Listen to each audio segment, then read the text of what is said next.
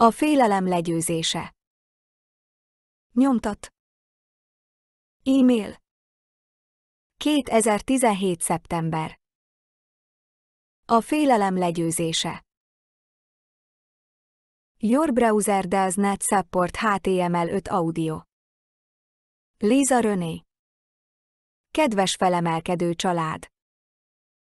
A félelem legyőzéséhez meg kell értenünk a valódi okokat, amelyek miatt félünk, és fel kell ismernünk, hogy félelmeink a bennünk lévő helyekre mutatnak, amelyekre figyelmet kell fordítani. Sok ember vállalta a félelemen alapuló ragadozó elme-hitrendszereket vagy az idegen elmekontrollt a tudat rabszolgasága céljából. Minden ember, aki korlátlan és korrigálatlan negatív érzelmi félelemállapotoknak engedi magát, démoni vagy sötét szellemeket vonz, amelyek energetikai akadályokat és zsinórokat hoznak létre fénytestünkben. A bifurkációs váltás ezen kritikus pillanatában mindenki eldönti, hogy szellemi rabságban vagy szabadságban akar-e létezni. Ennek a folyamatnak a támogatása érdekében közvetlenül a félelemre tekintünk, hogy megmutassuk nekünk azokat a lelki leckéket, amelyeket még nem sajátítunk el magunkban, és ahol a sötétség megakadályoz minket abban, hogy harmóniát találjunk az Istennel való közvetlen kapcsolatunkban.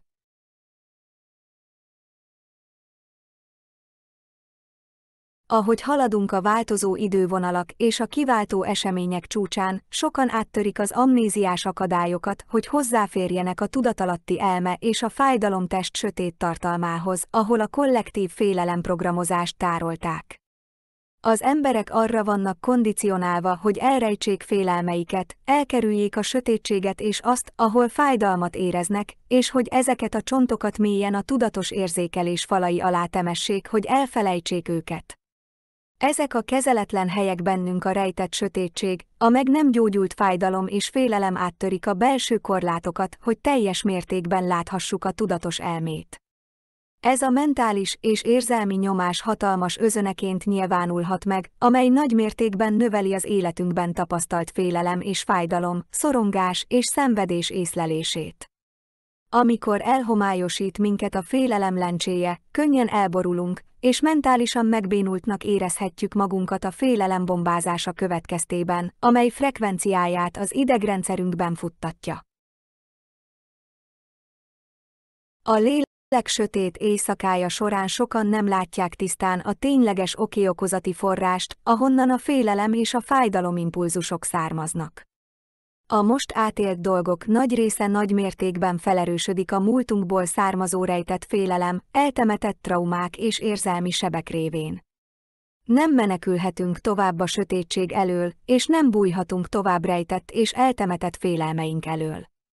Ebben a hónapban a félelem észlelését tanulmányozzuk, hogy láthassuk a makrokozmosz napirendjét, amely szerint a félelem gyakoriságát a sötétség növelésére használjuk a világunkban, és agykontroll rabszolgákat hozunk létre. Ahhoz, hogy visszanyerjük józan eszünket és lelki szabadságunkat, erőfeszítéseket kell tennünk a félelem legyőzésére. A félelem gyakorisága fizikai, mentális, érzelmi és lelki rabságot jelent. Elpusztítja a fény tudatunkba való kiterjesztésének képességét, miközben rabszolgaságot hoz létre az elmében. A féktelen félelem pusztító, elpusztítja a szerelmet, lerombolja a bizalmat, elpusztítja az életet, tönkreteszi a kapcsolatokat, és elpusztítja az embereket. Ebből a célból a félelem alapú elmekontroll és a sötét szellemek terjesztése a tömegek tudatalatti gondolatainak és tudatos hitrendszereinek eltérítésére a negatív idegen napirend és a vezérlők elsődleges tudatmanipulációs eszköze. Minden földlakót arra kondicionáltak, hogy a félelemen alapuló gondolatokat a tudatalatti elme alapértelmezett beállításaként működtesse, hogy még több sötétséget vonzon és növesszen. Személyes akaratra és elkötelezettségre van szükség ahhoz, hogy megértsük, hogyan működik a félelem a sötétség rejtett árnyékában, hogy megtaláljuk az erőt ahhoz, hogy teljesen átalakítsuk azt fénggé. Mindannyiunknak megvan a belső ereje ahhoz, hogy a sötétséget világossággá alakítsuk. Ha elég bátrak vagyunk ahhoz, hogy szembenézzünk a legmélyebb és legsötétebb félelmeinkkel, és hajlandóak legyünk erőfeszítéseket tenni azok legyőzésére, ez az az út, amelyet mindannyiunknak meg kell tennünk, hogy biztosítsuk tudatszabadságunkat a felemelkedési ciklus során. A félelmek legyőzése fontos spirituális lecke a magasabb tudatosság fejlődésében. A megfigyelés helyéről kell kezelnünk a félelmeket, hogy demisztifikáljuk őket, és lássuk, honnan származnak valójában. Amikor van bátorságunk ahhoz, hogy foglalkozzunk rejtett félelmeinkkel, akkor a sötétség rejtett helyeivel nézünk szembe, amelyek önmagunk egyes részein léteztek. A félelem legyőzéséhez meg kell értenünk a valódi okokat, amelyek miatt félünk, és fel kell ismernünk, hogy félelmeink a bennünk lévő helyekre mutatnak, amelyekre figyelmet kell fordítani. Olyan helyek, amelyeknek feltétel nélküli szeretetre és lelki megértésre van szükségük ahhoz, hogy tovább fejlődjünk és növekedjünk. A félelem megakasztja az előremutató fejlődésünket és az érzelmi növekedésünket, blokkolja a belső szellemünkkel való interakciónkat, és diszharmóniát hoz létre az Istennel való kapcsolatunkban. Helyes gondolkodás a félelemmel való szembenézésben. A bifurkációs váltás ezen kritikus pillanatában mindenki eldönti, hogy lelki rabságban vagy szabadságban akar-e létezni. Ez a döntés az elme feletti ellenőrzés megszerzésével kezdődik, hogy eltávolítsa az akadályokat a sötétséggel való szembenézésre és a félelem leküzdésére való hajlandóság révén. Ez az a döntés, hogy elkötelezzük magunkat életmódunk megszervezésének folyamata mellett, hogy fejlődésünket az Istennel való mélyebb kapcsolat kialakítása felé helyezzük előtérbe, imádságos kérésünkben, hogy segítsünk legyőzni a sötétséget a lelki szabadság elérése érdekében.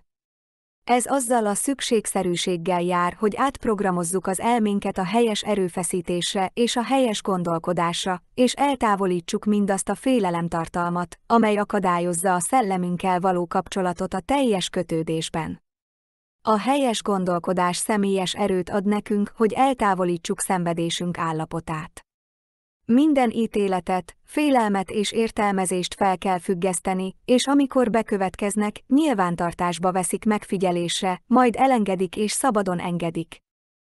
A félelem gyakoriságát minden olyan módon kell boncolgatnunk, ahogyan az befolyásolja tudatalatti attitűdjeinket és viselkedésünket, figyelve arra, hogyan gondolkodunk és értelmezzük világunkat az önmagunkkal folytatott belső párbeszéden keresztül. A félelemprogramokat ki kell vonni a testünkből, és meg kell tisztítani a tudatunk irányításától, figyelve arra, hogy mit kell tanulnunk a félelemből származó tanulságokból. A félelem megmutatja nekünk azokat a lelki leckéket, amelyeket még el kell sajátítanunk magunkban, ahogy azt is megmutatja, hogy hol van a sötétség, hogy harmóniát találjunk az Istennel való közvetlen kapcsolatunkban. Mennyi erőfeszítést teszel arra, hogy megtanuld, hogyan nézz szembe a félelmekkel, és hogyan akadályozd meg őket abban, hogy irányítsák az elmédet és irányítsák az életedet, hogy szabad legyél. Amikor az elménk csak arra tud gondolni, hogy túléljük az észlelt fenyegetéseket, könnyen irányíthatunk és manipulálhatunk a saját félelmeinkből létrehozott vakfoltokon keresztül. Ez határozza meg a mentális rabság és szenvedés állapotát. A félelem és a szorongás érzésének örökös állapotain keresztül lényegében megszűnik a kritikus gondolkodásunk, a végrehajtó funkciónk és az érzelmi önszabályozó készségünk, amelyek segítenek az életünk problémáinak megoldásában. Képtelenek vagyunk szembenézni a kihívásokkal és hatékonyan megoldani a problémákat, amikor a félelem él az elménkben. A félelem leküzdése a fő lecke, vissza kell nyernünk az irányítást az elménk felett, és képesnek kell lennünk arra, hogy pontosan felmérjük magunkat a környezetünkben. A félelem legyőzése létfontosságú kulcsokat is tartalmaz ahhoz, hogy saját életünk igazgatójává váljunk, valamint elvezet minket a mentális, érzelmi és lelki szabadság vagy a szenvedés nélküli élet eléréséhez.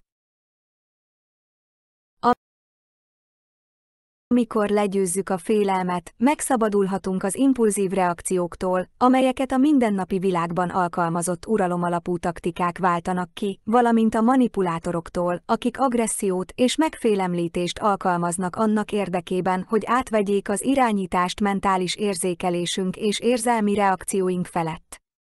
Ebből a tudatosságból úgy tekinthetünk ezekre az interakciókra, mint személyes fejlődésünk elsajátításának leckéire, amelyekből hihetetlen lelki erőt nyerünk. Egy elme által irányított világban élünk, amely a félelemen alapuló észleléseket használja a rabszolgaság társadalmi tervezésére. Milyen lépéseket tehetsz most, hogy elkezdj megszabadulni a mentális rabság és a személyes szenvedés mintáitól, erős mentális készségeket alakítva ki a félelem rekontextualizálására és az érzelmi önszabályozó képességed javítására? Milyen lelki leckéket tár fel nektek most a félelem? A félelem és a biztonságérzet gyakorisága. A félelem gyakorisága az, ami miatt az emberek fenyegetve és nem biztonságban érzik magukat a világban, valamint úgy érzik, hogy elszakadtak más emberektől, ami széthúzást okoz a világban. A széthúzás önállítást, hamis felfogásokat és sok negatív egokarakterhibát szül, amelyek relációsan nem biztonságos embereket hoznak létre. Az empátia vagy az etikus magatartás hiányával rendelkező emberek hajlamosak mélyen kritizálni, hibáztatni vagy megítélni másokat. Amikor a félelem uralkodik rajtunk, a sötétség uralkodik rajtunk. Szabályozza a kapcsolatainkat is, ami kioltja a mély emberi szívkapcsolatok megosztásának, valamint az empatikus és szeretetteljes kötelékek kialakításának lehetőségét. Kérjük, vegye figyelembe, hogy a félelem a sötétségben gyökerezik, és nagyon könnyen lerombolhatja az etikus magatartást, a tiszteletet és az empátiát mások iránt. A félelem lerombolja az emberek közötti egységes együttműködés reményét, amely megszakítja az együttérző kommunikációt, amely az egész emberiséget érintő nagyobb problémák megoldására irányulhat. Egy irányító típusú személy, aki a félelmet arra használja, hogy másokat manipuláljon a hatalomért, könnyen elpusztíthatja az egész szervezetben vagy közösségben felhalmozott egységet, pozitivitást és bizalmat, egy csapásra. Így a félelem a vezérlő archetípus fő manipulációs eszköze, amelynek célja, hogy mások társaságában és bármilyen társadalmi környezetben a fenyegetettség és a biztonság hiányának érzését keltse. Ez relációsan nem biztonságos embereket is termel, akik általában etikátlan, tiszteletlen emberek, akikből hiányzik az empátia mások iránt. Lényegében a nem biztonságos emberek gyenge karaktertulajdonságokkal rendelkeznek, amelyek hajlamosak félelmet és széthúzást terjeszteni, ami miatt más emberek biztonságban érzik magukat jelenlétükben. Sok nem biztonságos ember falakat alakított ki, hogy elhatárolódjon másoktól rejtett félelmeik miatt, amelyek gyógyíthatatlan személyes traumából erednek. Mindannyian egy nem biztonságos ember társaságában voltunk, és észrevettük, milyen kényelmetlenül és feszülten érezhetjük magunkat a jelenlétükben.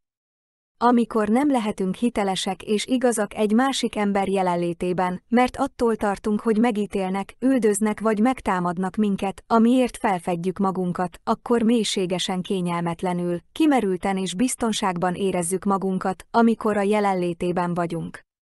Sok kapcsolatilag nem biztonságos embert a félelmeik uralnak, és sok reakciójuk és impulzusuk öntudatlanul történik, a meg nem gyógyult mentális vagy érzelmi kiváltó okokon keresztül. Idézzünk fel néhány félelemen alapuló negatív egotulajdonságot, amelyek kapcsolatilag nem biztonságos embereket hoznak létre, olyan embereket, akik körül nem lehetünk teljesen igazak anélkül, hogy attól tartanánk, hogy valamilyen következményt, támadást vagy büntetést szenvedünk el.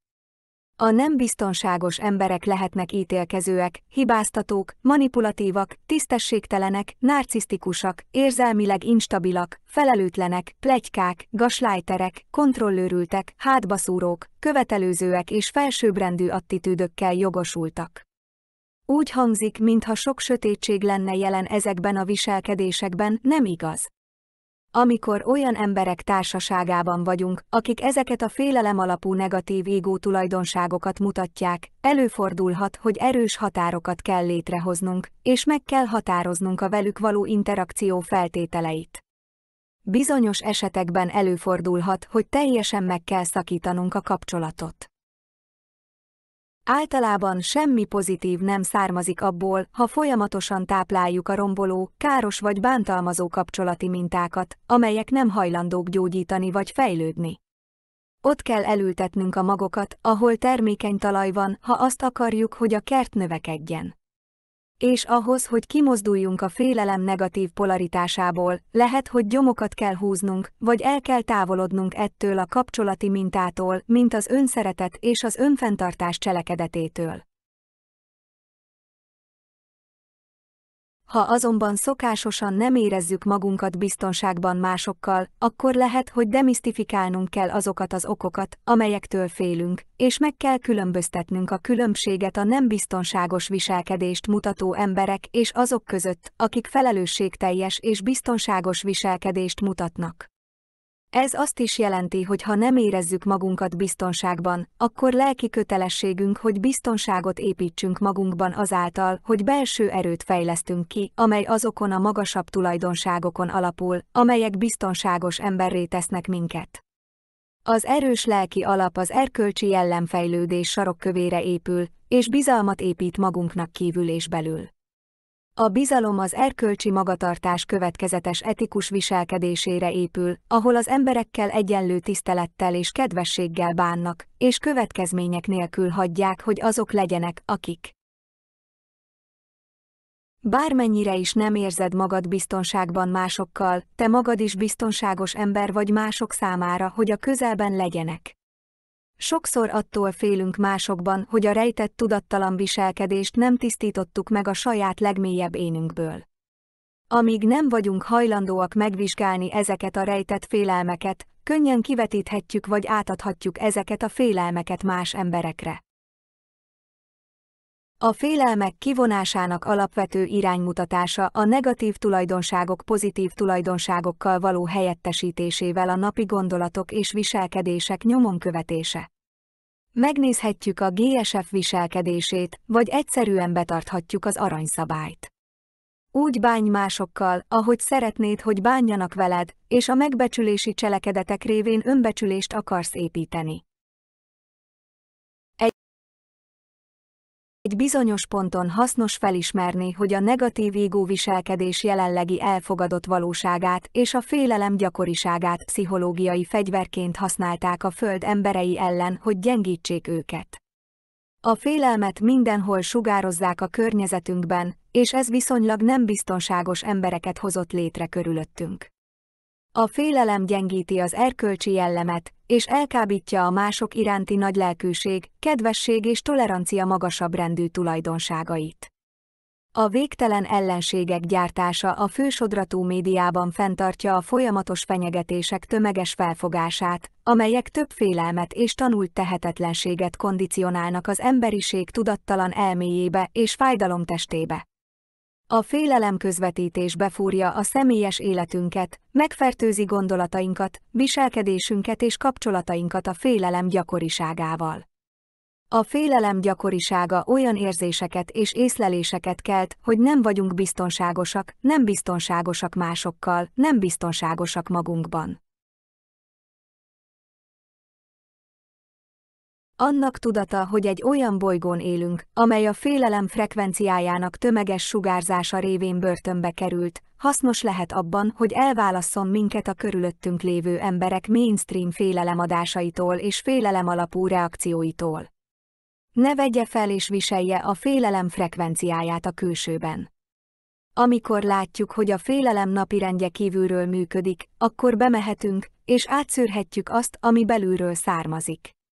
Annak tudatosítása, hogy milyen félelmeket lehetett felvállalni a félelem alapú emberekkel való együttlét révén, valamint tudomásul venni azokat a külső napirendeket, amelyek az elektronikus zaklatás és a média alapú elmekontroll formáit használják. A biztonság megteremtése a félelem leküzdésére.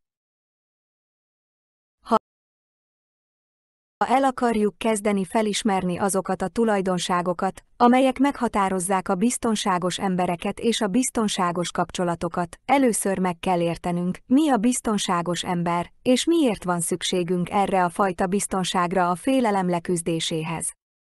Olyan emberekre van szükségünk az életünkben, akik őszinték velünk, és megmondják nekünk, hol okozunk kárt, és potenciálisan hol kell változtatnunk, hogy javítsuk magunkat. Olyan barátokra van szükségünk, akik az igazság szerint járnak és elfogadnak minket, mégis őszinték a gyengeségeinkről és hibáinkról anélkül, hogy elítélnének minket. Azok a kapcsolatok, amelyekben az emberek szégyent, bűntudatot használnak, vagy elítélnek minket tetteinkért, végső soron rombolóak és traumatizálóak, ami nem eredményez érzelmi vagy lelki növekedést.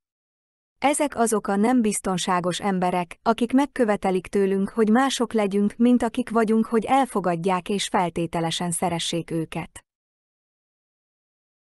A feltételes szeretet, amit ki kell érdemelni, haszontalan, a negatív égó igények kitalált kivetítése, és nem igazi szeretet.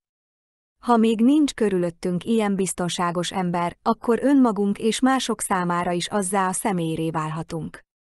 Mivel szándékunkban áll tisztázni a félelmeket és javítani a karakterünket, hasonló embereket vonzunk. A biztonságos emberek teljes mértékben jelen lehetnek másokkal, mély és intim szinten kapcsolódhatnak. A biztonságos emberek igazat mondhatnak egymásnak anélkül, hogy megsértődnének vagy személyesen vennék a dolgokat. A biztonságos emberek lehetőséget adnak másoknak arra, hogy növekedjenek és a legmagasabb kifejezőjükké váljanak, számukra Isten szándéka szerint. A biztonságos emberek szeretetteljes és pozitív érzéseket keltenek, és jó cselekedetekre ösztönöznek, például mások szolgálatára. A biztonságos emberek olyan kapcsolatokat hoznak létre, amelyek lehetővé teszik az emberek számára, hogy olyanok legyenek, amilyenek, és közelebb visznek minket ahhoz, hogy egységet és kapcsolatot érezzenek az egész élettel. Annak érdekében, hogy meggyógyítsuk mentális és érzelmi testünket a mély félelmek leküzdésére, tudnunk kell, hogyan teremtsük meg a biztonságot magunkban, és felismerjük, mi az, ami miatt nem érezzük magunkat biztonságban. A testünk megfelelő gondozása, a következetes meditáció vagy spirituális gyakorlat, hogy belsőbb irányításúvá váljon, elkerülve az önkárosító viselkedésnek való kitetszéget, és megtanulva, hogyan kell kezelni a félelmet vagy a traumareakciókat, elengedhetetlen ahhoz, hogy biztonságban legyünk magadban. Az első lépés az, hogy azonosítsuk, mitől érezzük magunkat biztonságban és stabilan, és tegyük ezeket a dolgokat minden nap. Erőfeszítéseket kell tennünk annak érdekében, hogy azonosítsuk, milyen döntéseink vannak, és olyan változtatásokat kell eszközölnünk a környezetünkben, amelyek növelhetik biztonságérzetünket és kényelmünket a fizikai terünkben.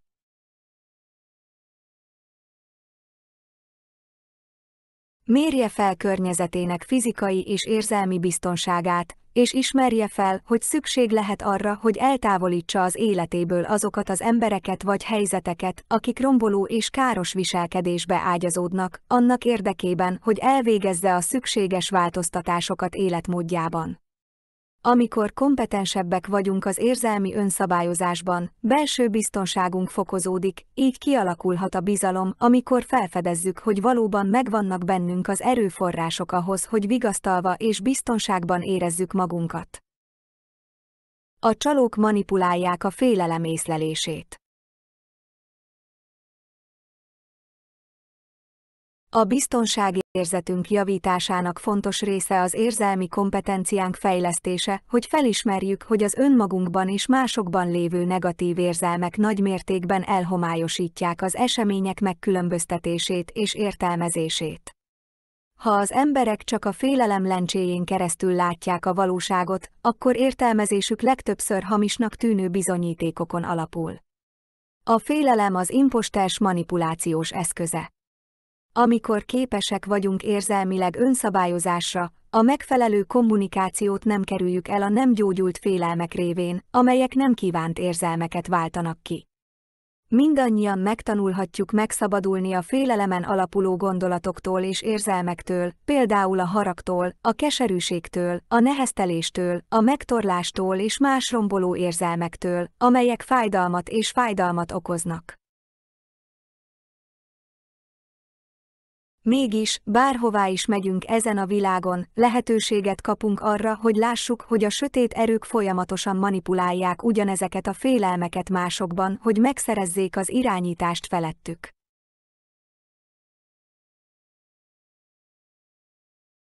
Minden imposztor és sötét erő, legyen az emberi vagy nem emberi, akiknek elsődleges érdeke a hatalom és az irányítás gyakorlása, vagy a felsőbbrendű pozíció átvétele, hogy uralkodjanak mások felett, megpróbálják manipulálni a legsötétebb és legmélyebb félelmeinket, amelyek többsége el van rejtve a tudatos elménk elől.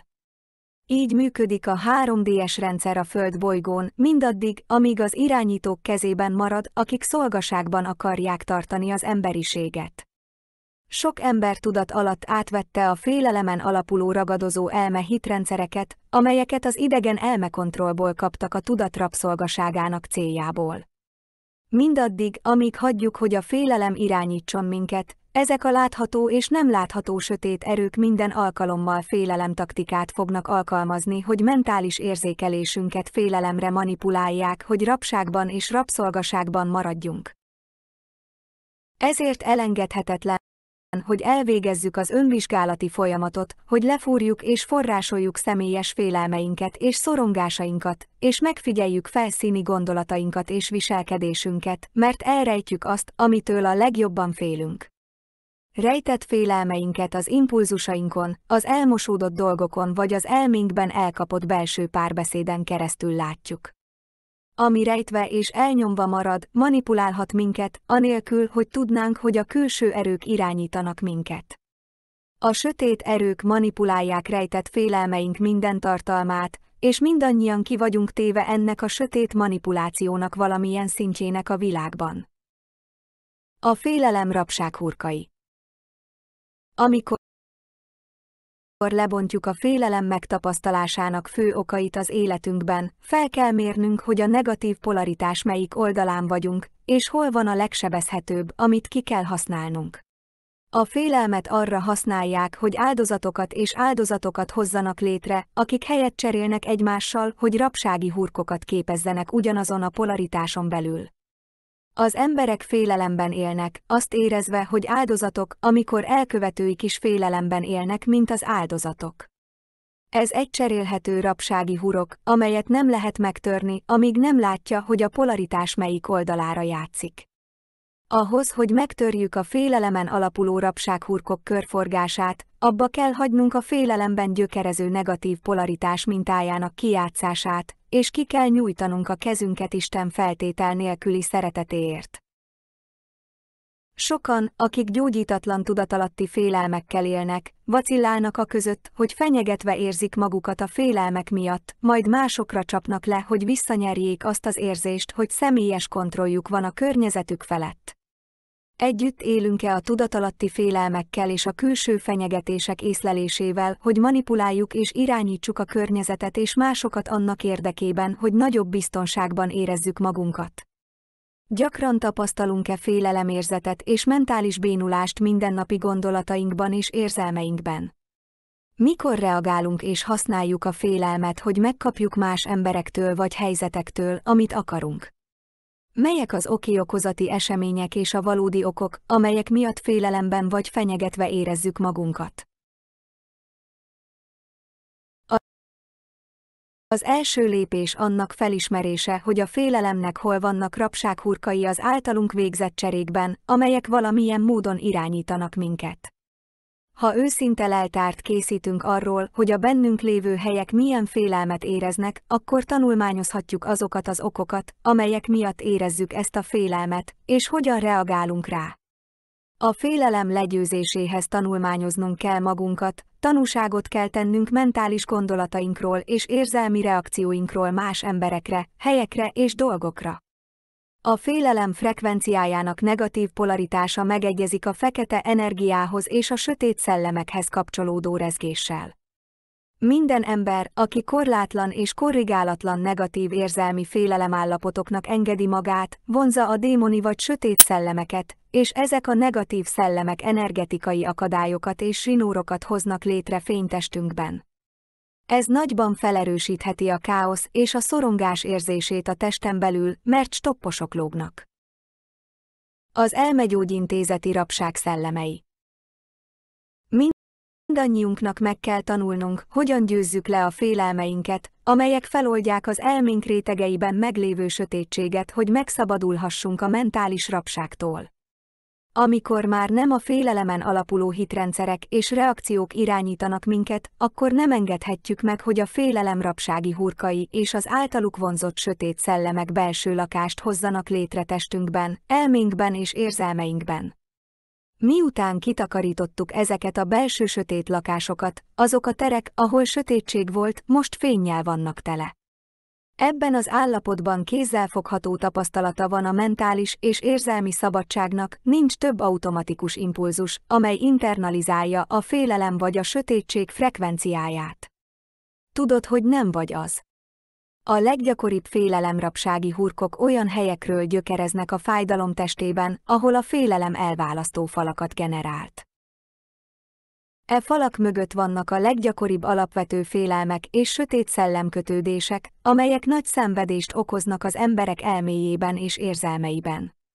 Itt az ideje, hogy elmondjuk a stopposoknak, hogy tegyenek egy kirándulást. Az érdemtelenség szelleme az önszeretet és az önelfogadás hiánya, amely a saját személyes képmásunkkal vívott belső harc eredménye. Amikor méltatlannak érezzük magunkat, elrejtjük azokat a hiedelmeket, hogy nem vagyunk elég jók, az alkalmatlanságtól és a kudarctól való félelmet, a tehetetlenséget, amelyek a tökéletesség hamis mentális képeinek vagy a nem reális normákhoz való ragaszkodásnak az eredményei. Az érdemtelenség rejtett érzéseit hordozhatjuk magunkban, mert különállónak érezzük magunkat, és nem tartozunk oda, és hogy nem azért emelkedtünk fel, hogy elérjük azokat a célokat, amelyeket mások ránk zúdítottak. Az önjogosultság szelleme az érdemtelenség és a tehetetlenség érzésének kompenzálása, az érdemtelenség másik oldala az önjogosultság. Ez az a meggyőződés, hogy különleges kiváltságokat érdemelsz, vagy hogy személyes erőfeszítés vagy kiérdemelés nélkül kapsz valamit. Irreális követelményeket támasztani másokkal szemben, és sajnálni magad, ha nem kapod meg, amit akarsz. Gyógyító fókusz, az önszeretet és az önelfogadás gyakorlása. A feltétel nélküli szeretet és alázat lelkének felhívása. A bűntudat szelleme a felelősség vagy a lelkiismeret furdalás érzése azért, mert valami rossznak hitt dolgot teszünk, például vélt bűncselekményt, vétséget, akár valós, akár képzelt. A szégyen szelleme az a fájdalmas érzés, hogy rossz emberek vagyunk, ami valami megtörtént tudatából ered, és amelyről azt hisszük, hogy gyalázatos, rossz vagy gonosz, amit magunk vagy egy másik személy végezhet. A bűntudat és a szégyen általában együtt fordul elő a félelemen alapuló hiedelmekkel, hogy valahogy rosszak vagyunk, vagy tettünk valamit, ami rossz emberré tett minket. Hihetjük, hogy Isten büntet minket. Az önelégültség szelleme megvédi a bűntudattól és a szégyentől való rejtett félelmeket, általában igazolja a cselekedeteket, vagy azt hiszi, hogy amit tettetek, erkölcsileg helyes és igazolható volt, még akkor is, ha kárt okozott. Az önelégült emberek intoleránsak másokkal szemben, és erkölcsileg felsőbbrendű hozzáállást tanúsítanak, hogy megvédjék egopozíciójukat a hitrendszerükkel szemben. Annyira bűnösnek érezhetik magukat valami miatt, amit tettek, hogy prédikálnak másoknak a saját vétkeik gonoszságairól, anélkül, hogy nyilvánosságra hoznák, képmutatóvá téve őket. Gyógyító fókusz, az önmegbocsátás, az önkönyörület gyakorlása és a megfigyelőpont megtartása.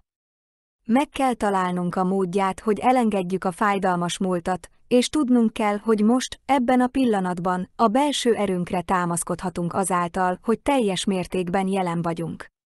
Szólítsátok Krisztus lelkét! A bizalom hiányának szelleme nem azt jelenti, hogy hiszünk vagy bízunk magunkban, hogy hiányzik valami, amire szükségünk van, és nincs önbizalmunk a saját képességeinkben, hogy átvészeljük az élet kihívásait. Az önbizalomhiány szelleme a krónikus önbizalomhiányból fakad, amely visszatart minket attól, hogy életünket vezessük és érzékeljük azokat a lehetőségeket, ahol hitelesebb emberek lehetünk. A bizalom hiánya és az önbizalom hiány egyaránt méreg az elmének, és olyan érzelmi kérdésekkel kapcsolatos, amelyek elrejtik az önbecsülés és az önbecsülés problémáit. Az arrogancia szelleme a másik oldal, amely pótolja a rejtett önbizalmat és az önbecsülés hiányát. Az a minőség, hogy mindent tudsz, vagy azt hiszed, hogy mindenki másnál többet tudsz, és hogy képes vagy valamire, ami valójában nem vagy. Az arrogancia hihetetlenül önző, és hatalmas pusztítást és kárt okoz a világban anélkül, hogy lelkiismeretfurdalást érezne. Gyógyító fókusz, a biztonság, a megbízhatóság és az empátia építése az énben. Szólítsd a tisztaság lelkét és az alázatosság lelkét. Az árulás szelleme egy mélyen fájdalmas félelem, amely a kollektív tudatban rejtőzik. Ez az a fájdalom, amelyet akkor éreznek, amikor megtévesztik, majd elárulják azok, akikben a legjobban bíztál és szerettél. Ez a bizalom és a kötelék megsértése. A lelki árulás az egyik legmérgezőbb és érzelmileg legkárosabb félelem, amely azon alapul, hogy elárulják azt, ami Istent, szellemet vagy szentséget képviselte az adott személy hitrendszereiben. Az elhagyatottság szelleme az a félelem, hogy elhagyatottnak és egyedül maradsz, hogy megvédd magad, nagy veszteséggel és a gyász fájdalmával szenvedve. Ez az árulás következménye lehet, sokan továbbra is az árulás és az elhagyatottság oldalait játsszák el egymással a szexuális nyomorúság programozásában. Az elhagyatottság a legmélyebb tudatalatti félelmeinkből fakad, hogy valódi szülünk, Isten szülünk teljesen elhagyott minket, aki egyedül hagyott minket itt, hogy szembenézzen a sötétséggel.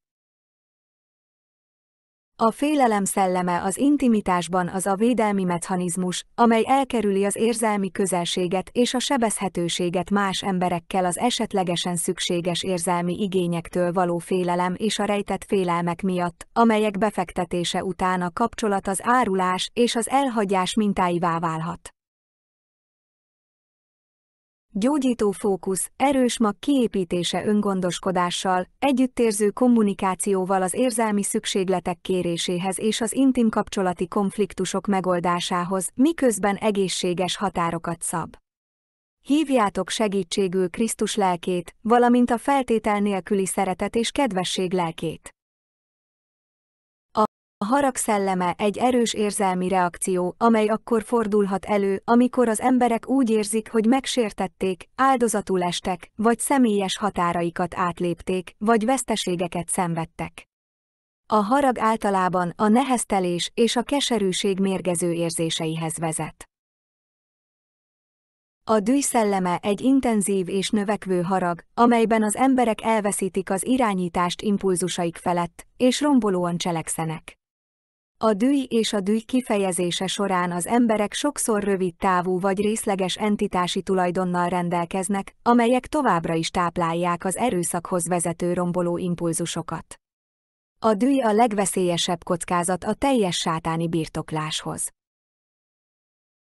A megvetés szelleme a harag eredménye, amely azt a hitet kelti, hogy valami vagy valaki megfontolás alatt áll, és megvetéssel és undorral viseltetik irántuk. Ha nem engedjük el a múltbeli haragot és neheztelést, megvetést és keserűséget kelthet mások iránt, azt gondolva, hogy emberalattiak vagy alacsonyabb státuszúak. Gyógyító fókusz, figyeljen a reakciókra, és ehelyett döntsön úgy, hogy magasabb érzelmekkel reagál. Szentelje el magát, hogy megtalálja a módját, hogy naponta nyugalmat és csendet teremtsen a dühös érzelmek enyhítésére, összpontosítson az impulzus vezérlésre. Hívjátok segítségül Krisztus lelkét, valamint a kedvesség, a türelem és a béketűrés lelkét. A félelem szelleme az az érzés, amikor félünk valamilyen fenyegetéstől vagy veszélytől, legyen az valós vagy elképzelt. Sokan zsibbadnak a félelem érzéseitől a fagyreakciókon keresztül, amelyek az idegrendszerben aktiválódnak, amikor a harci repülési válaszok kimerültek. A félelemválasz a szimpatikus idegrendszerünkben fiziológiai reakciót indít el egy észlelt káros eseményre, támadásra vagy túlélési fenyegetésre adott válaszként. A tagadás szellemét arra használják, hogy elkerüljék a kellemetlen félelmek vagy veszélyek valóságát, kijelentve, hogy nem léteznek a kezelésük megtagadásával. Néha az emberek beismerhetik a félelmet vagy a veszélyt, de tagadják a felelősséget, hogy kezeljék a helyzetet azáltal, hogy valakit vagy valami mást hibáztatnak. A saját érzelmi reakcióit felelősségének másokra történő átruházását vetítésnek nevezzük. Gyógyító fókusz, légy hajlandó beismerni a félelmeket, és légy őszinte magaddal. Amikor a félelemre úgy tekintesz, mint a személyes fejlődés leckéire ítélkezés nélkül, dönthetsz úgy, hogy meggyógyítod a félelmet. A félelmek tagadása vagy a kellemetlen helyzetek tagadása csak ront rajtuk. Kötelezd el magad, hogy szeretetteljes kedvesség meditációkat végzel, amelyek saját magadra és másokra irányulnak. Békítsd ki az Istennel való kapcsolatodat. Szólítsd Krisztus lelkét, valamint a fegyelem, a kedvesség, a türelem és az igazság lelkét. A befogás szelleme azt az érzést kelti, hogy csapdába esett, becsapták és megtévesztették valamibe, aminek súlyos következményei vannak. Isten által elhagyatottnak érzi magát. A rabszolgaság szelleme olyan rendszer, amelyben a tulajdon elveit alkalmazzák az emberekre, ahol az egyének tulajdonként birtokolnak, vásárolnak és eladnak más embereket.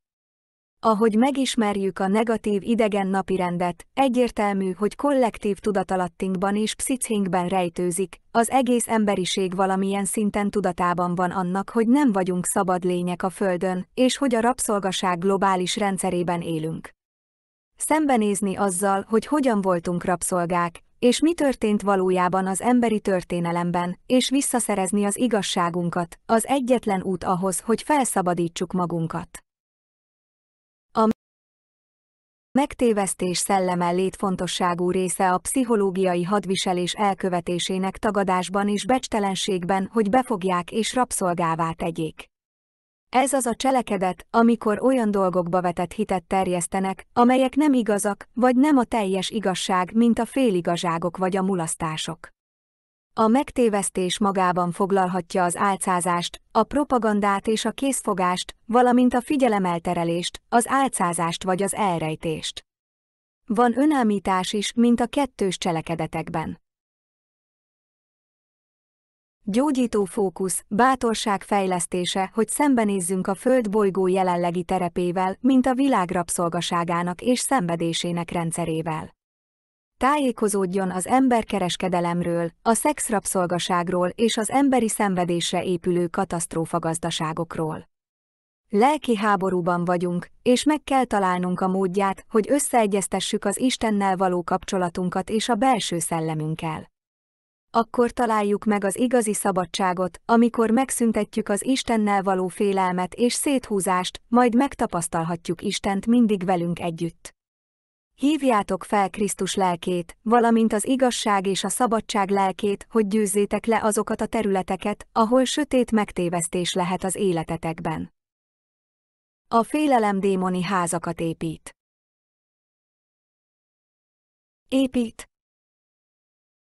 Az imposztorok megpróbálják növelni a félelem szellemeinek rabsághurkát azoknak az embereknek az elméjében, akik démoni házakat építenek, tudatukban saját elméjükből és félelem alapú gondolatformáikból. Amikor a testet, az elmét és a szívet megrontják az ismétlődő félelemen alapuló gondolatok, akkor a belső struktúra, amely ezeket az energiákat, a démoni szellemek ezen tulajdonságait tartalmazza, az elme és a tudat testében fog lakni. Ezek az alacsonyabb minőségű szellemek hatalmas fájdalmat és szenvedést mutatnak, és sátáni vagy luciferi erőknek is nevezik őket. Az ismétlődő romboló lelki viselkedés súlyos eseteiben ez egy bizonyos téma, például a függőség körüli gondolati formává fejlődhet. Az irányító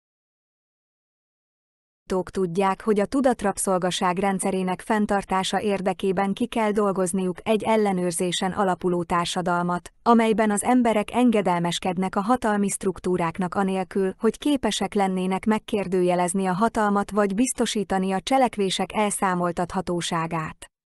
Amikor az emberek hisznek a 3D-es világban hitrendszerként felállított félelem alapú programozásban, könnyen a Matrix határőreiként lépnek fel. Hajlandóak önérvényesíteni az etikátlan törvényeket másokon, függetlenül attól, hogy mennyire korrupt vagy zsarnoki a társadalom. A legfontosabb eszköz minden olyan vezérlő számára, aki teljes hatalmat akar gyakorolni mások felett, hogy ellopja a globális erőforrásokat, az, hogy manipulálja a félelmet az emberek fejében. Az, hogy a félelem narratívája valós vagy elképzelte, nincs jelentősége, mivel a félelem tömeges felfogása az egyetlen dolog, ami számít. A félelem tömeges felfogásának előmozdításával az irányító nemzeteket, területeket hódíthat meg és egy egész bolygót hódíthat meg. Látnunk kell a félelemen alapuló programozást, amely a globális világban működik, és meg kell értenünk, hogyan használják a makrokozmoszban az emberi rabszolgaság előállítására, hogy megszabaduljunk a személyes félelmektől, amelyek szenvedést okoznak nekünk, démoni házakat építve, amelyek blokkolják a legmagasabb spirituális kifejezésünket. Végrehajtó funkció és érzelmi önszabályozás.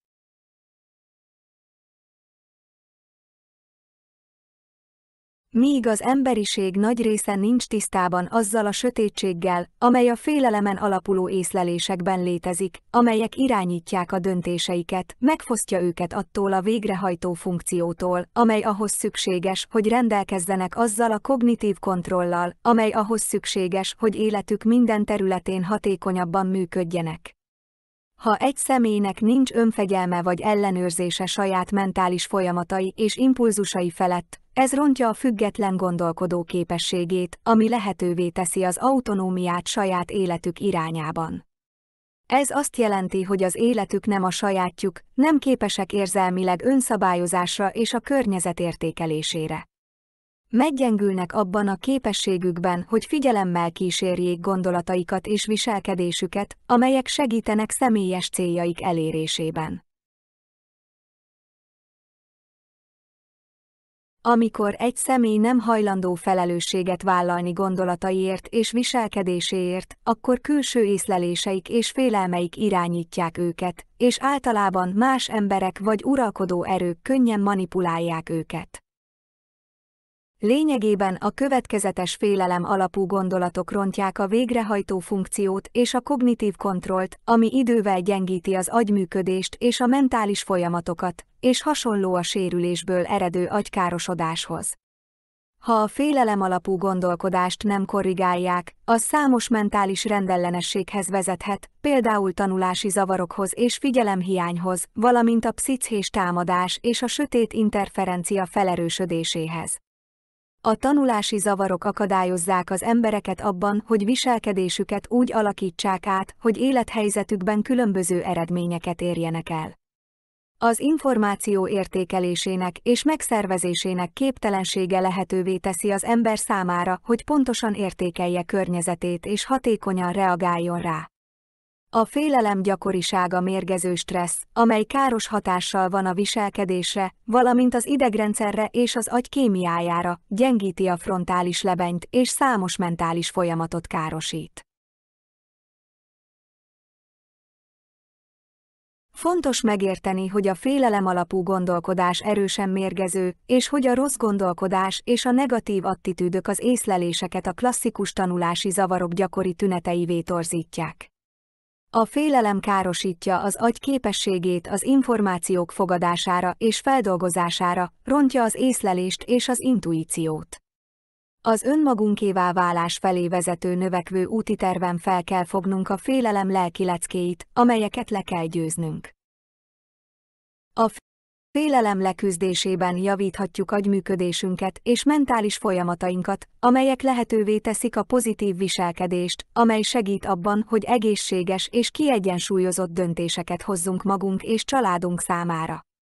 Amikor el tudjuk törölni a félelmet, és ehelyett a figyelmet összpontosítjuk, meditálunk és megfigyelő pontot tartunk, az erősíti mentális rugalmasságunkat, hogy kiszűrhessük a zavaró tényezőket, megtarthassuk az információkat, rangsorolhassuk a feladatokat és irányíthassuk az impulzusokat.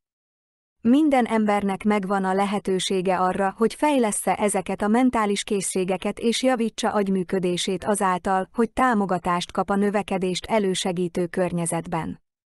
Így nyerheti vissza bármely személy az erős végrehajtó funkciós készségeket és az érzelmi önszabályozást, ami növeli a koherens mentális és érzelmi testintegrációt.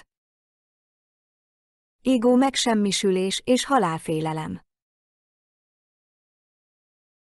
Vagy a negatív ego egy mentális félelemprogram, amely a félelem frekvenciáján fut, serkenti a testben azt a tapasztalatot, hogy a személyiség valamilyen fenyegetés alatt áll, ami felszínre hozza a személyes megsemmisülés vagy halál érzelmi félelmeit. Ez a sok félelem a tudatalatti és a fájdalom testéből emelkedik ki, amelyek automatikus impulzusokat és reakciókat generálnak, amikor megtagadják tőlük a helyet, hogy semlegesen tanúi legyenek a tudatos elmében. Amikor a félelmeket megtagadják vagy elnyomják, mentális akadályokat és érzelmi aberrációt hoznak létre, vagy olyan helyeket hoznak létre mentális és érzelmi testünkben, amelyek halott energiát gyűjtenek, ami tovább növeli a felhalmozott fájdalmat a testben. A mély félelmekkel való szembenézés tagadásának eredményeként hamis identitást feltételeznek pozíciójának megvédésére, amelyet a tudatos elme elé helyeznek, mint megküzdési mechanizmust, hogy folyamatosan eltereljék a félelmeket a felszínen.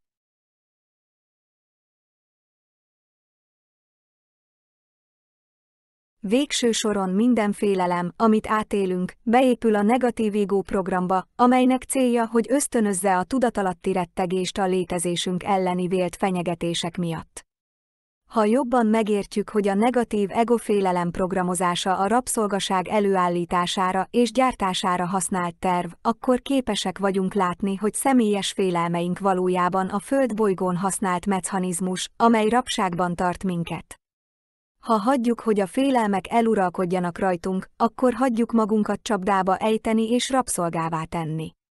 Lényegében a félelemprogramot, amely a negatív ego, a negatív idegenek gyártották, hogy elfogják a lelkeket, és rabszolgákká tegyék őket a félelem és a halál közvetítésének folyamatos visszacsatolási hurkán keresztül. A negatív ego rétegek autonóm trigger gombokkal rendelkeznek a fájdalom testében, hogy felszabadítsák a pszichológiai érzelmi terror érzéseit az idegrendszerünkben, így annyira megdöbbentünk és elzsibbadtunk a félelmektől, hogy nem vagyunk hajlandóak szembenézni velük. Amikor azonosulunk az elménkkel, mint az egyéniség forrásával, elszakadunk a spirituális forrásunktól és a hiteles magasabb énünktől, és ennek következtében folyamatosan olyan hurkos gondolatokat fogunk tapasztalni, amelyek érzelmi félelmeket és szorongást váltanak ki. Amikor úgy nézünk szembe a félelmeinkkel, hogy tudatossá tesszük a mintát a tudatosságunkban, képesek vagyunk semlegesen tanúi lenni azoknak. Abban a pillanatban nem azonosulsz a félelem mintájával, mint te. A semleges tanúságtételi folyamat során a legsötétebb félelmeink tudattalan aspektusait hozzuk az elménk felszínére, hogy fényt derítsünk rájuk, ami sokszor feloldja a negatív mintát és a félelmekhez kapcsolódó érzelmi töltést. Végső soron, amikor nem azonosulunk a félelmeinkkel, és nem azonosulunk az elménkben lévő gondolatokkal, akkor világosan és következetesen kifejezhetjük gondolatainkat és érzéseinket, de nincs különbség abban, amit mondtál, ami befolyásolja az önérzetedet. Amikor ki tudjuk fejezni magunkat anélkül, hogy hinnénk abban, hogy az elme határozza meg, hogy kik vagyunk, akkor teljes mértékben kifejezhetjük magunkat, függetlenül attól, hogy helyesnek vagy helytelennek bélyegezzük-e, vagy hogy mások megítélték-e, amit mondtál. Ezek egyike sem befolyásolja az önérzetedet és a mélyebb kapcsolatodat. Félelmeink teljes megoldásához békét kell teremtenünk a halállal kapcsolatos hitelveinkben és érzéseinkben. A halállal való konfliktusaink mélyen kapcsolódnak a megoldatlan lelki konfliktusainkhoz és az Istennel való kapcsolatunkhoz. Mindannyian találkozunk olyan átmeneti fázisokkal az életben, amelyek hasonlóak a halálfolyamat elviseléséhez. Ezeket a ciklusokon keresztül határozzák meg, amelyek mélyen átalakítanak minket, jelezve a lelki fejlődés szakaszait, amelyek mérföldkőként jelennek meg az életutunk mentén. Mindannyian átesünk a halál átmeneti szakaszán, és fontos, hogy felkészüljünk tudati utunk elkerülhetetlen következő szakaszára. A haláltól való félelem kezelése. Sokféleképpen lehet érzékelni a halál áthaladását, sok különböző hitrendszer lencséjén keresztül. Az a fontos, hogy felfedezd a saját személyes hiedelmeidet és tapasztalati tudásodat a halálfolyamatról, és eljuss magadban arra a helyre, ahol békét kötöttél a halállal és a haldoklással, ami egyben az elsődleges konfliktus is, amelyet meg kell gyógyítani a félelmek leküzdése érdekében. Az egyik legbénítóbb félelem, amelyet az emberek örököltek az a tudattörlés folyamatából, az, hogy rettegünk az ismeretlentől és attól, ami a halál után történik. Ez annak az eredménye, hogy elveszik a valódi spirituális identitásunkat és történelmünket, és nem emlékezünk arra, hogy kik vagyunk, mint többdimenziós lények. Azok az emberek, akik súlyos traumát vagy bántalmazást szenvedtek el, sokkal intenzívebb hitválsággal rendelkeznek, ami a halálfolyamat körüli megoldatlan lelki konfliktusokkal kapcsolatos félelmeket táplálja.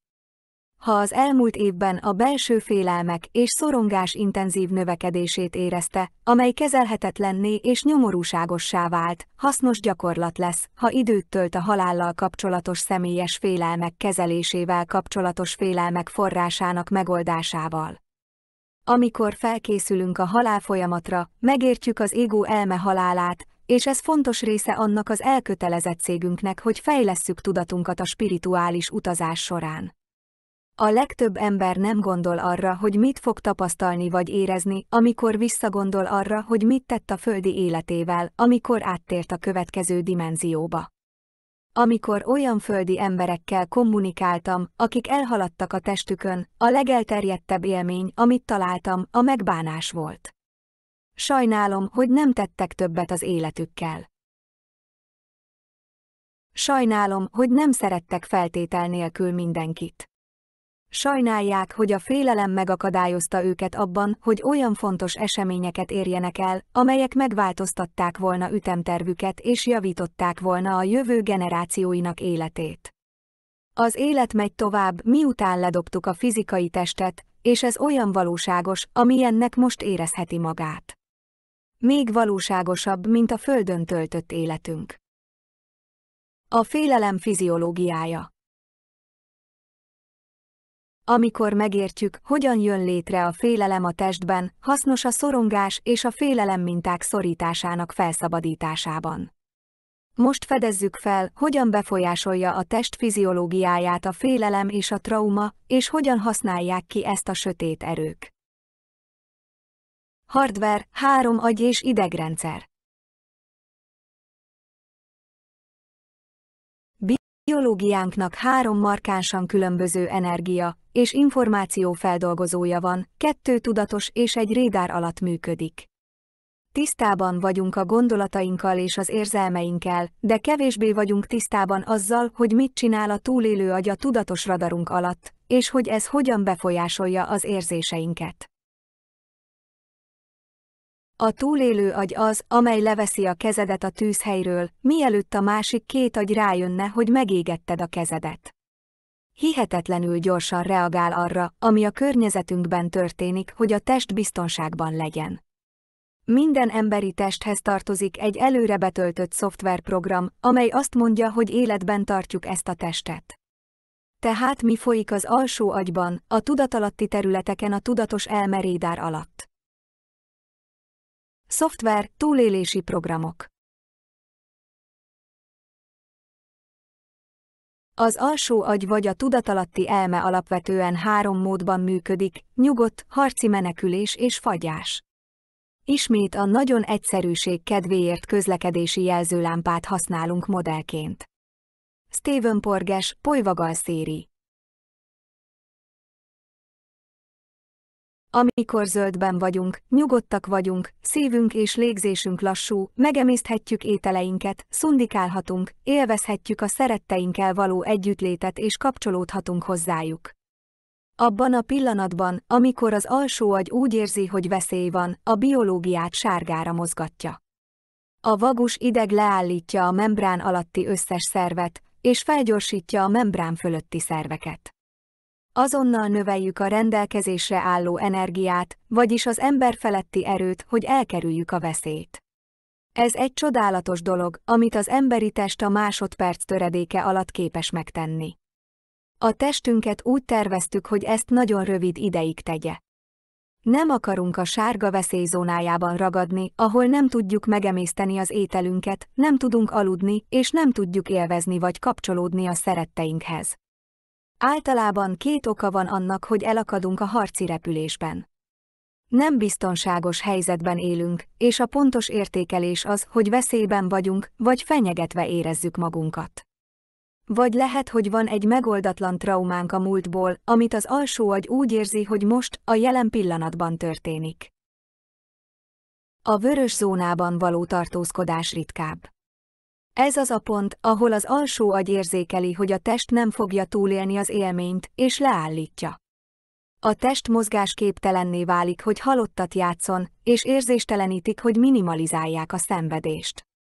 A tudat vagy a lélek ténylegesen elhagyhatja a testet, elkülönülhet vagy elszakadhat tőle.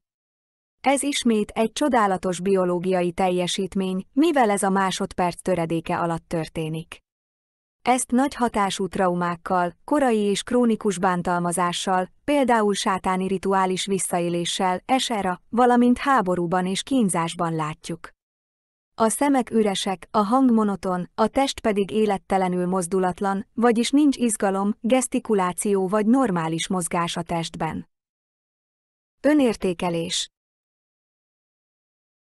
Mivel emberi családunk az idő nagy részében a sárga zónában él, nézzük meg közelebbről a sárga spektrumát, és a különbséget a harci és a repülési oldal, vagy az áldozat-áldozat jelek között a testben.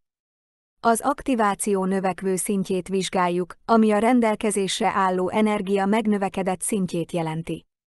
Az 1-től 10-ig terjedő skálán alacsony szintű aktiválást érhetünk el, ami a nyugtalanság érzése a repülési oldalon és az ingerlékenység érzése a harci oldalon. A középkategóriában szorongás van a repülési oldalon és harag a harci oldalon. A csúcskategóriában pánik és dűj van, amelyek egyre közelebb kerülnek ahhoz a küszöbhöz, ahol a test fagyra vagy vörösre vált. Feltételek létrehozása. A túlélő agyval az a probléma, hogy nem tudjuk kihamisítani. Ha pihenni akarunk, valójában meg kell teremtenünk a feltételeket ahhoz, hogy a fiziológia zöldre váltson a pihenés érdekében. Ha ragadozóval élünk, ha ragadozó alatt dolgozunk, ha nem elégítjük ki az alapvető szükségleteinket, akkor sárgában leszünk. Tehát a félelem eloszlatásának része olyan életmódbeli döntések meghozatala, amelyek segítenek az agynak és az idegrendszernek regisztrálni, hogy biztonságban vagyunk. Implicit memória. A jelenlegi becslések szerint az alsó agy körülbelül 40 000 adatbitet vesz fel pillanatonként. Ezt nevezzük merevlemeznek vagy tudattalan elménknek. Mindent rögzít, túl sok anyagot ahhoz, hogy tudatos tudatosságunkba toljuk. Becslések szerint 25-35 ilyen adatbitet regisztrálunk tudatos szinten. Ezt implicit memóriának nevezik, nem pedig explicit vagy tudatos memóriának. A merevlemez egy speciális kategóriában rögzíti a múltbeli fenyegetéseket, így ha hasonló adatbitek halmaza keletkezik, amelyek jelen voltak, amikor valami traumatizáló történt, akkor ráugrunk, és gyorsabban lépünk a sárga zónába. A kollektív alakítás. Az implicit memória vagy a rögzített, de nem tudatos tartalom megértésében könnyű belátni, hogy ezt hogyan manipulálhatják azok, akik félelemben akarják tartani az embereket, és fiziológiánkat a sárga zónában szeretnék tartani. A sárga zónában kevésbé vagyunk képesek reagálni a jelen pillanatra, a tudatosságunk sávszélessége szűkül, ahogy keressük a külső fenyegetést vagy a feszültségünk és kellemetlenségünk okát. Már nem látjuk a szépséget, nem érezzük a kényelmet, és nem tapasztaljuk meg az egyensúlyt az életünkben. Olyan, mintha a veszély keresése a sor elejére kerülne, átugorva az összes többi beérkező észlelés előtt. Nem nehéz belátni, hogy híreinket és szórakozásunkat szándékosan úgy tervezték, hogy állandó 6 vagy 7-es szinten tartsanak minket az aktiválás szintjén. Egyre ügyesebben nyúlnak a mellékvesékhez, és szorítják őket. Az emberek sárga zónában tartásának kultúrája már régóta készül. Traumatikus memória. Egy nő, akit szexuálisan bántalmaztak egy cédrusszobában, ellenszenvet alakíthat ki a cédrus illatával szemben anélkül, hogy kapcsolatba lépne. Amikor cédrus illatot érez, a túlélő agy elővigyázatosságból sárgára változtatja. Lehet, hogy szorongást kezd érezni anélkül, hogy tudná, miért, ami megváltoztatja, hogyan mozog a nap hátralévő részében. Amíg ez a trauma nem törlődik a merevlemezről, ezek a triggerek zavarják a képességét, hogy reagáljon a jelen pillanatra. A trauma nem az eseményben van, hanem az idegrendszerben. A traumatikus emlék folyamatosan megjelenik a jelenben, amíg ki nem tisztul. Manipuláció.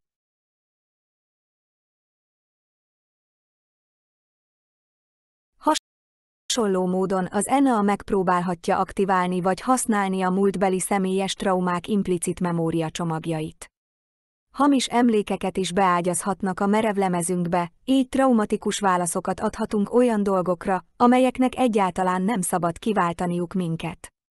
Játszanak a kollektív traumán is, amely a bolygótér emlékezetében van. Megpróbálhatnak tömegreakciót kiváltani a lemúriai holocaust vagy az atlantiszi kataklizma kollektív implicit memória csomagjának aktiválásával. Ez azért működik, mert nincs tudatos emlékünk ezekről az eseményekről, tehát hogyan tudnánk azonosítani a forrást? A felrobbanó bolygó sejtmemóriája a ciklus végén kiváltható, anélkül, hogy a tömegek tudnák, honnan származik a kataklizma szorongása. Az első 3 dimenzió égó személyiségmátrixában, egy D2D3D, ez az idegrendszerben játszott játék. A félelem közvetítése, a service to yourself népszerűsítése és a túlélési agy működtetése a műsorban. Amíg nem vagyunk képesek eloszlatni a félelmet, ami gyakran a trauma tisztázását jelenti, hajlamosak vagyunk ezeknek az implicit memóriacsomagoknak a kiváltó okaira. Lélek és monad. Ahogy belépünk a lélekmátrikba, a 4D, 5D, 6D félelmeknek kevesebb befolyása van, és még kevésbé a monád mátrikban, 7D, 8D, 9D. Most, hogy a Transtime Continuum megnyitja hozzáférésünket más idővonalakhoz és dimenziókhoz, amelyek korábban nem voltak elérhetők számunkra, azok az emberek, akik kezdik megtestesíteni a monádot, mélyen beindultnak érezhetik magukat. Lehet, hogy új implicit memóriacsomagokkal foglalkoznak identitásuk más aspektusaiból, amelyeket elkezdenek visszaemlékezni és visszaadni. A közelmúltban az S-közösségben volt egy csoport, amely jön emlékeket dolgozott fel. Ha ez megtörténik, értsd meg, hogy mi az. Valójában csak az idővonalak eseményeinek traumatikus emlékeinek nagyobb darabjait ütjük ki az idővonalakon kívülre. A stressz alatt vissza az alapokhoz. Ezt az információt abból a szempontból osztjuk meg, hogy ha azonosítani tudjuk, mikor módosult az idegrendszerünk, és a fiziológiánk harcrepülésre váltott, akkor megtehetjük a szükséges lépéseket, hogy kimozduljunk belőle. A jobb tájékozottság több választási lehetőséget biztosít számunkra a válaszadásban. Amikor stresszesnek találjuk magunkat, fontos, hogy lelassítsuk és megteremtsük a feltételeket az alsó agy számára, hogy felmérje, hogy valóban biztonságban vagyunk-e újra. Ez felszabadítja a fiziológiát a hiperstimulációtól, és lehetővé teszi a test számára, hogy visszatérjen a zöldhez és pihenjen. A Starsics idegrendszere nagyon érzékeny és nagy gyakorisággal működik, és előnyös lehet némi extra kiegészítés. Amikor az idegrendszer sültnek érzi magát, nagyon hasznos egy kis békét és csendet teremteni a feltöltődés érdekében. Ha a test sárgába ragad, gyorsabban elégeti a test erőforrásait. Tehát a legjobban szolgálunk azzal, ha szánunk egy kis időt az idegrendszerünk deaktiválására, ahelyett, hogy átnyomnánk és túllovagolnánk a stressz jeleit. Ha észreveszi, hogy aktiválódik vagy aktiválódik, lassítson és kérdezze meg magától, mi történt. Mi volt a kiváltó oké? Ha nem tudod összekapcsolni valami tudatossal, vedd figyelembe, hogy az implicit memóriához kapcsolódik, esetleg még egy másik idővonalról is. Kezelje ugyanúgy, dolgozzon a kapcsolódó félelmek tisztázásán, hogy segítsen megtisztítani a fájdalmat és a traumát a tudatalatti merevlemezről. A félelemnaplózás leküzdése. Mély félelmeink leküzdése akadályt jelenthet, mivel hajlamosak hatalmat szerezni, amikor az elménkben rejtőznek. Nem szoktunk mélyebbre menni és beszélgetni körülöttük, vagy megszólítani őket, hangosan kimondani, leírni és meditálni rajtuk. Amikor képesek vagyunk azonosítani a félelemen alapuló gondolatokat, kiváltó okokat és hiedelmeket az elménkből, és papírra vetni őket, akkor megtettük az első lépést a demisztifikálásuk, a tőlük való elhatárolódás és a testünkre gyakorolt érzelmi töltés csökkentése érdekében. Ne feledd, hogy a sötétség és a félelem az elménk árnyékában rejtőzik, hogy kézben tarthassuk az irányítást. Amikor napvilágra hozzuk ezeket a félelmeket, a színfalak mögött hordozott súly és teher nagy része feloldódik. Csodálatos alkímia következhet be, amikor a félelem érzékelését a feltétel nélküli szeretet könyörületes tanúságtételévé változtatjuk. Megfigyelni a félelem mentális elképzelését, ahogy az egy sötét intelligens energiához kapcsolódik, és felismerni, hogy az árnyék töredéket feltétel nélküli szeretetnek és fénynek kell kitenni. Ne félj szembenézni a félelemben lakozó sötét szellemmel, hiszen amikor meglátod, mi hozta létre valójában a félelmet, az a pillanat, amikor rájössz, mi rejtőzött valójában a függöny mögött, mint az óz a varázslóban. Mindezek a félelmek a nagy illúziót keltették. Írd le a félelmek listáját, hogyan manipulálnak és korlátoznak téged, és szándékodban áll a szerelmi rezgésbe helyezni őket, hogy biztonságot teremts magadnak. Most érdemes egy kis teret engedni a meditációnak, mélyebbre menni, és megkérdezni, honnan jöttek ezek a félelmek, honnan származnak. Figyelj arra, hogy mit veszel észre, ami nem igaz. Sokszor a félelmeink megtévesztéseken, félreértelmezéseken alapulnak, és azon, amit mások mondtak nekünk, ami valójában nem igaz. Amikor máskor úgy érzed, hogy félsz, és ezek kapcsolódnak a jelenlegi félelmek alapjához, küldj szeretetet magadnak abban az idővonalban, ahol féltél. Szállj egy kis időt arra, hogy elmélkedj azon, milyen tanulságokat vonhatsz le ebből a félelemből, és hogyan tudod ezt az élményt világossággá és bölcsességgé alakítani, ami minden érintett számára pozitív dolog.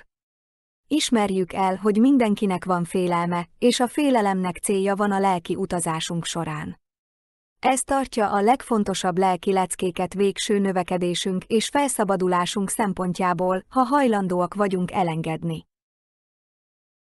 Értékeld mindazt, amit az életedben átéltél, hogy idáig eljuss, és ismerd el azokat az egyedi részeket, amelyek azzá az emberré tettek, aki ma vagy, mert volt bátorságot szembenézni a félelmeiddel.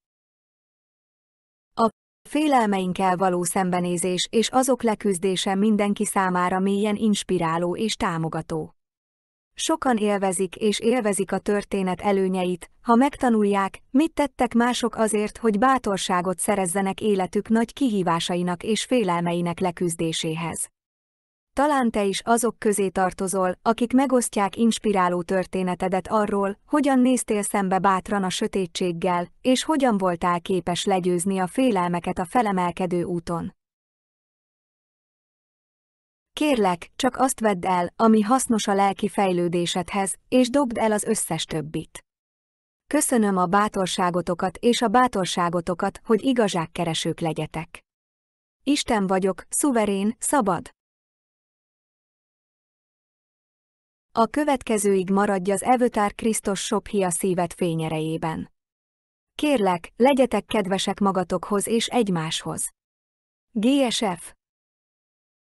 Szerető szívvel, Liza.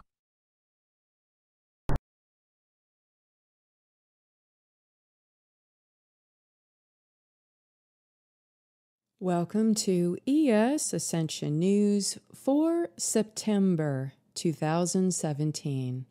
Our theme this month, Overcoming Fear. Dear Ascending Family, to overcome fear, we must comprehend the real reasons we feel afraid and realize that our fears are pointing to the places within us that need attention. Many humans have taken on the fear-based predator mind belief systems or alien mind control for the purpose of consciousness enslavement. All people that indulge in unrestrained and uncorrected negative emotional states of fear will attract demonic or dark spirits, which generate energetic blockages and cords in our light body. At this critical juncture during the bifurcation shift, each person is choosing if they want to exist in spiritual bondage or freedom. To support this process, we look directly at fear to show us the spiritual lessons we have yet to master inside of ourselves and where darkness is blocking us from finding harmony in our direct relationship with God. As we travel through the pinnacle of the shifting timelines and trigger events, many people are breaking through amnesiac barriers to access the dark contents of the subconscious mind and pain body, where collective fear programming has been stored. People are conditioned to hide from their fears, to avoid the darkness and where they feel pain, and to bury these bones deep beneath the walls of conscious perception in order to forget about them. These unaddressed places within us of hidden darkness, unhealed pain, and fear are pushing through the internal barriers into full view of the conscious mind. This can manifest as tremendous torrents of mental and emotional pressure that greatly increases the perceptions of fear and pain, anxiety and suffering that are being experienced in our lives.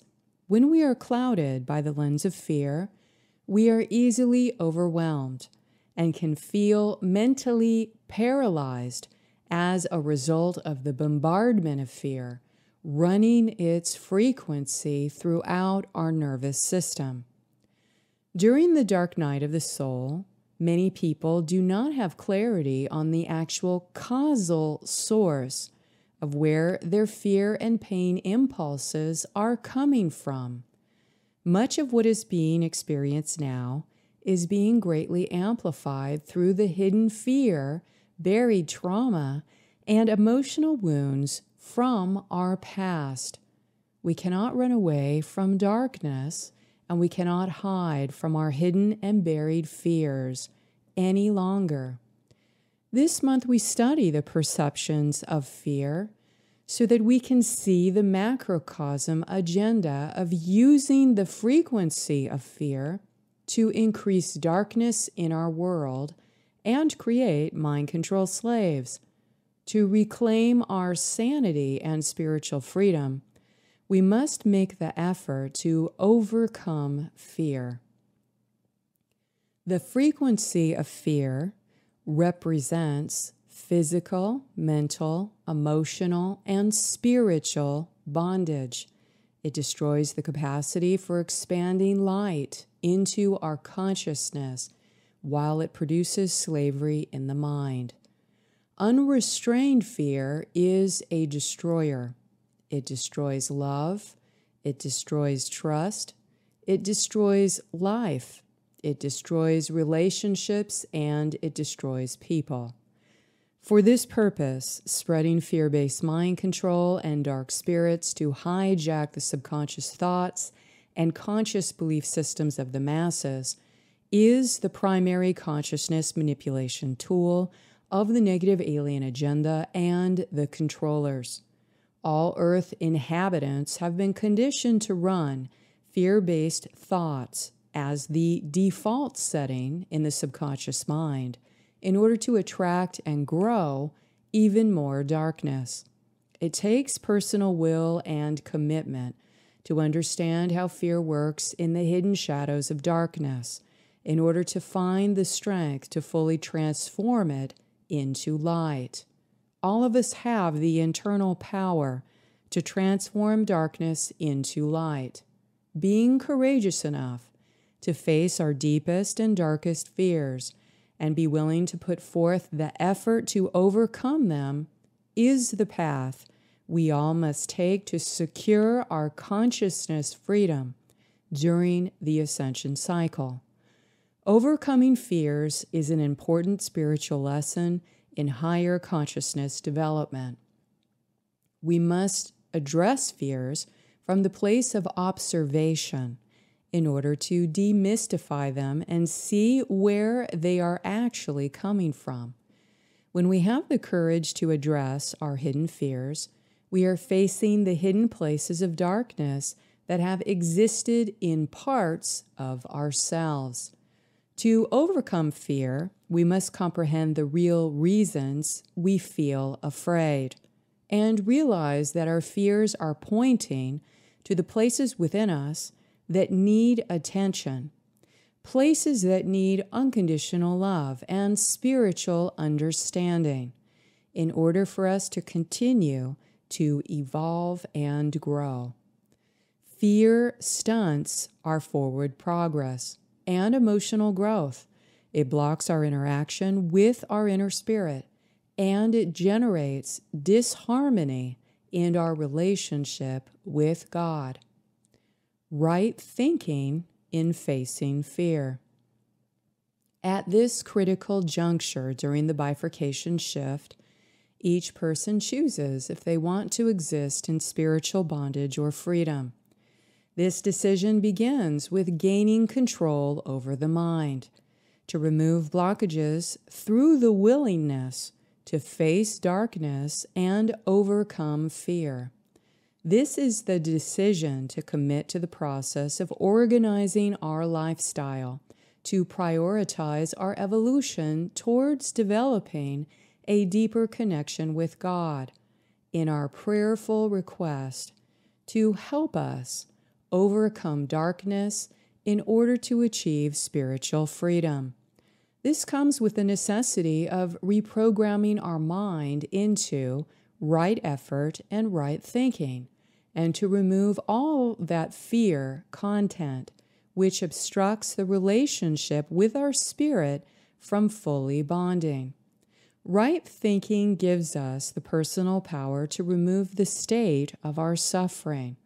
All judgments, fears, and interpretations have to be suspended, and when they occur, they are registered for observation and then let go and released. We need to dissect the frequency of fear in all the ways it impacts our subconscious attitudes and behaviors by paying attention to how we think and interpret our world through the inner dialogue we have with ourselves. Fear programs must be extracted from out of the body and cleared from controlling our consciousness by paying attention to what we must learn from the lessons that come from the fear.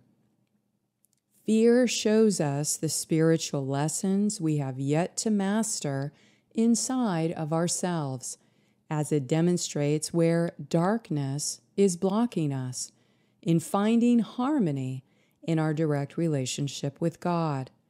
How much effort will you place on learning how to face fears and stop them from controlling your mind and controlling your life in order to be free?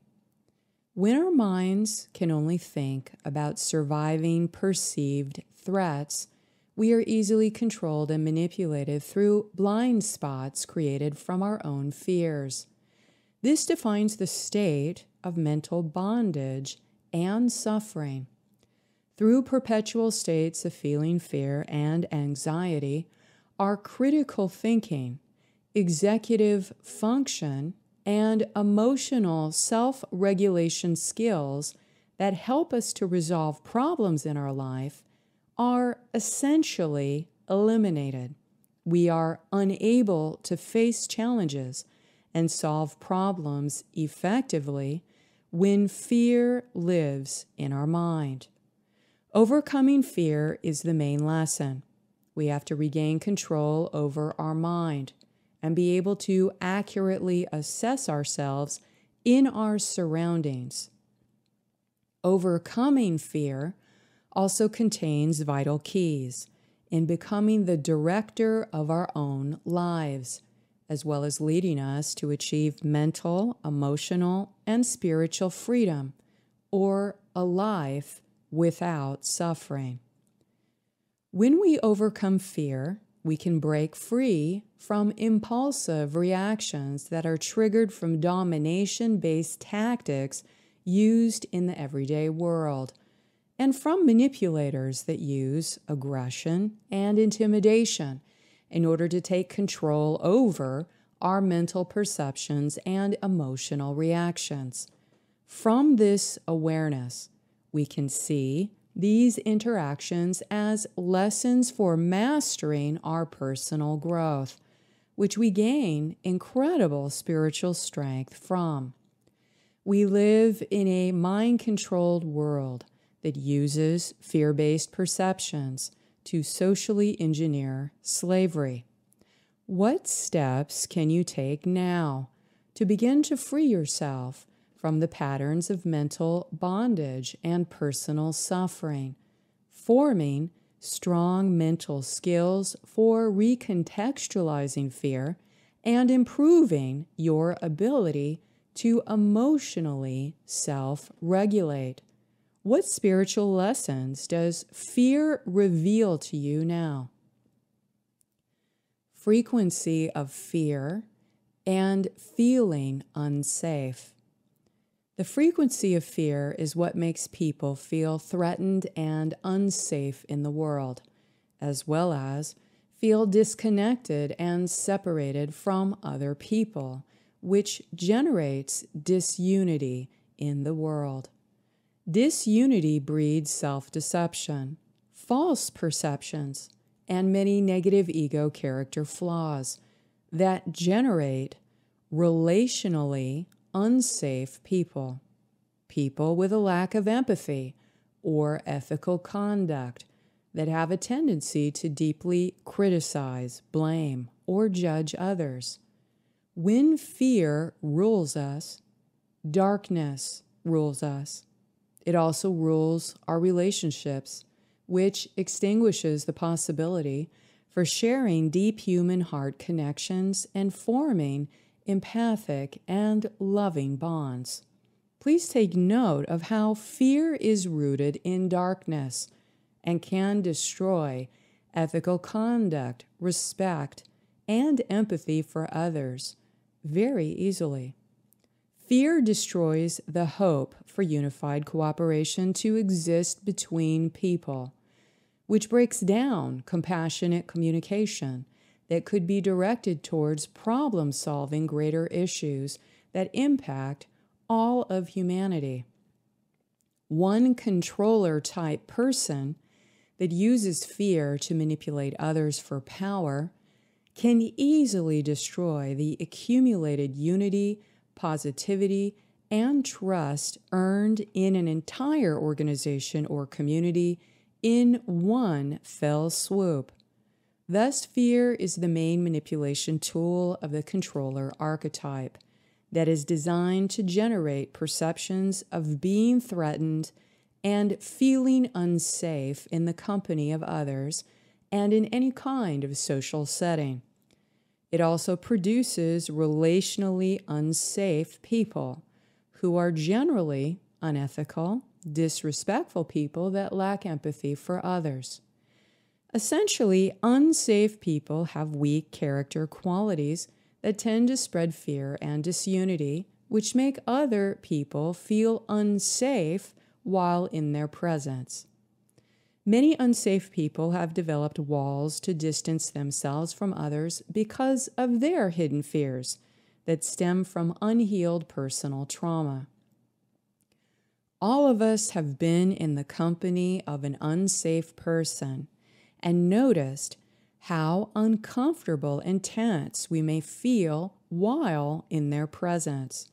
When we cannot be authentic and truthful in the presence of another because we fear they will judge, persecute, or attack us for revealing ourselves, we feel deeply uncomfortable, drained, and unsafe when we are in their presence.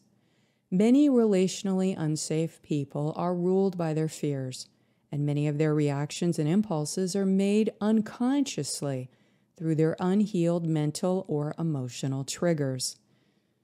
Let's bring to mind some fear-based negative ego qualities that create relationally unsafe people. People we cannot be completely truthful around. Without fearing, we will suffer some kind of repercussion, attack, or punishment. Unsafe people can be judgmental, blaming, manipulative, dishonest, narcissistic, emotionally unstable, irresponsible, gossips, gaslighters, control freaks, backstabbers, demanding, and entitled with superior attitudes. Sounds like a lot of darkness is present in those behaviors, doesn't it? When in the company of people that demonstrate these fear-based negative ego qualities, we may need to create strong boundaries and set the terms of our interaction with them. In some cases, we may need to sever the connection entirely. There is generally nothing positive that will come from continually feeding destructive, harmful, or abusive relationship patterns that refuse to heal or evolve. We have to plant seeds where there is fertile soil if we want a garden to grow. And to shift out of the negative polarity of fear, one may need to pull weeds or walk away from that relationship pattern as an act of self-love and self-preservation.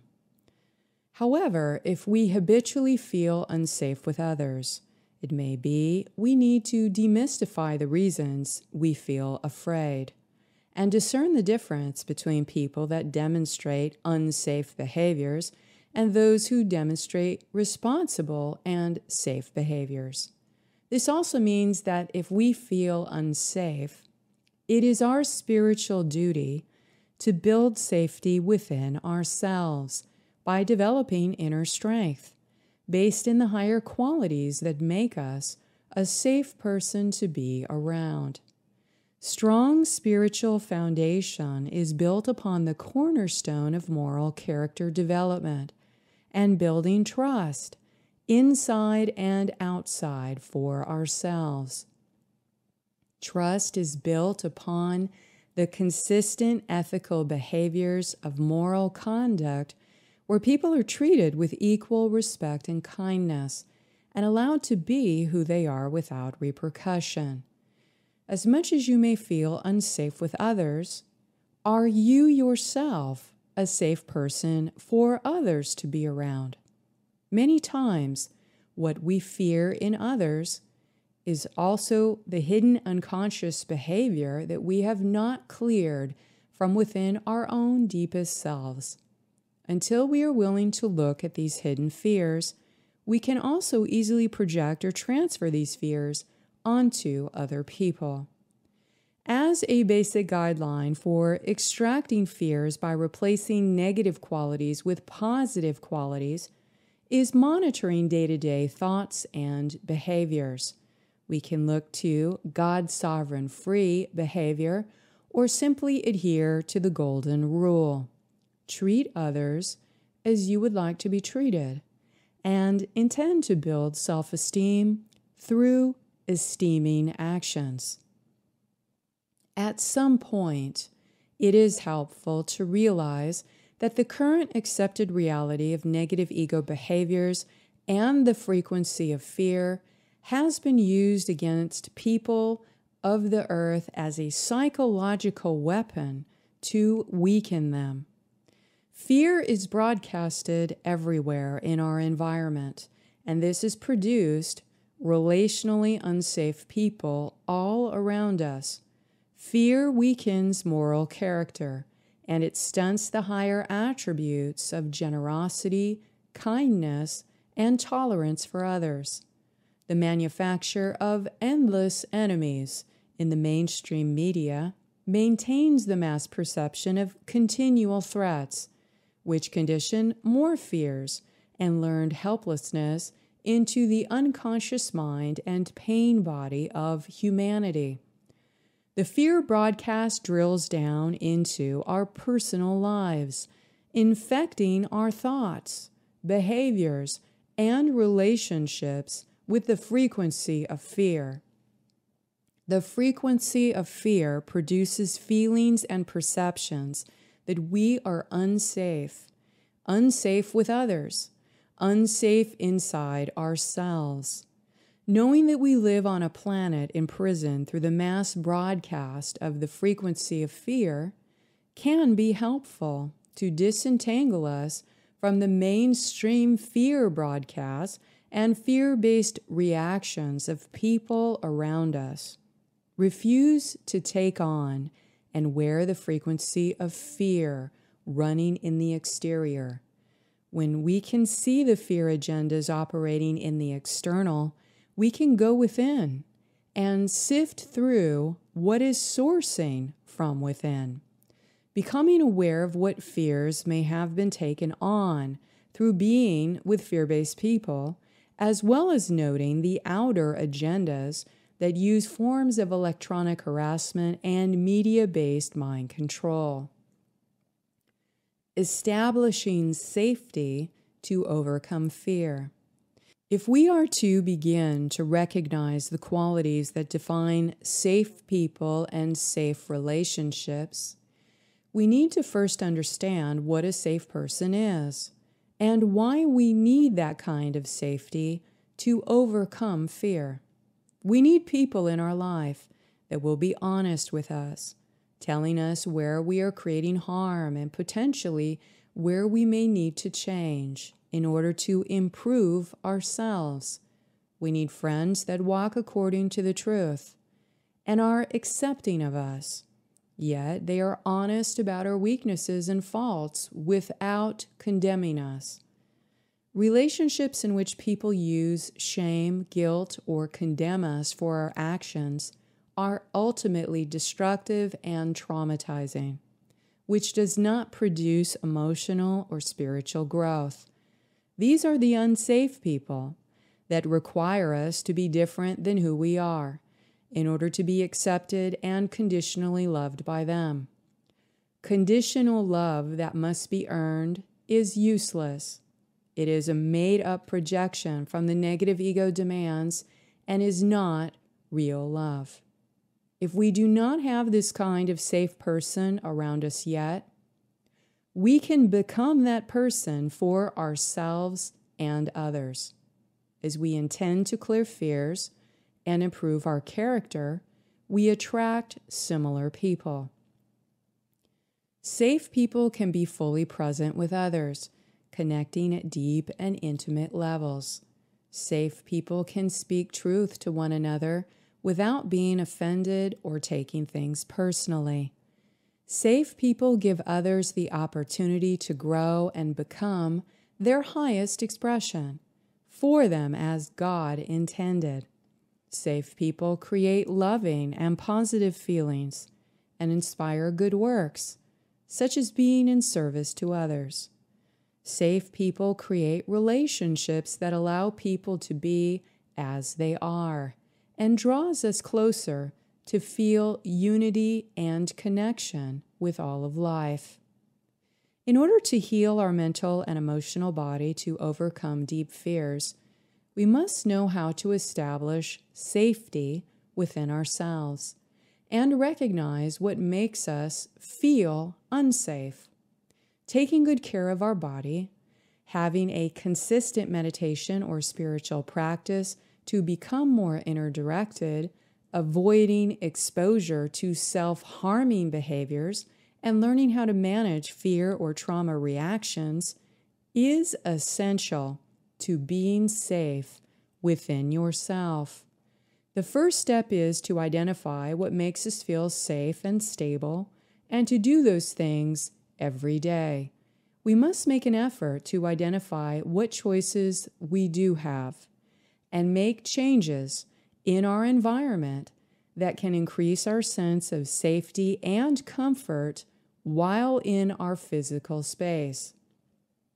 Assess the physical and emotional safety of your environment and realize it may be necessary to remove people or situations from your life who are entrenched in destructive and harmful behaviors in order to make the necessary changes to your lifestyle.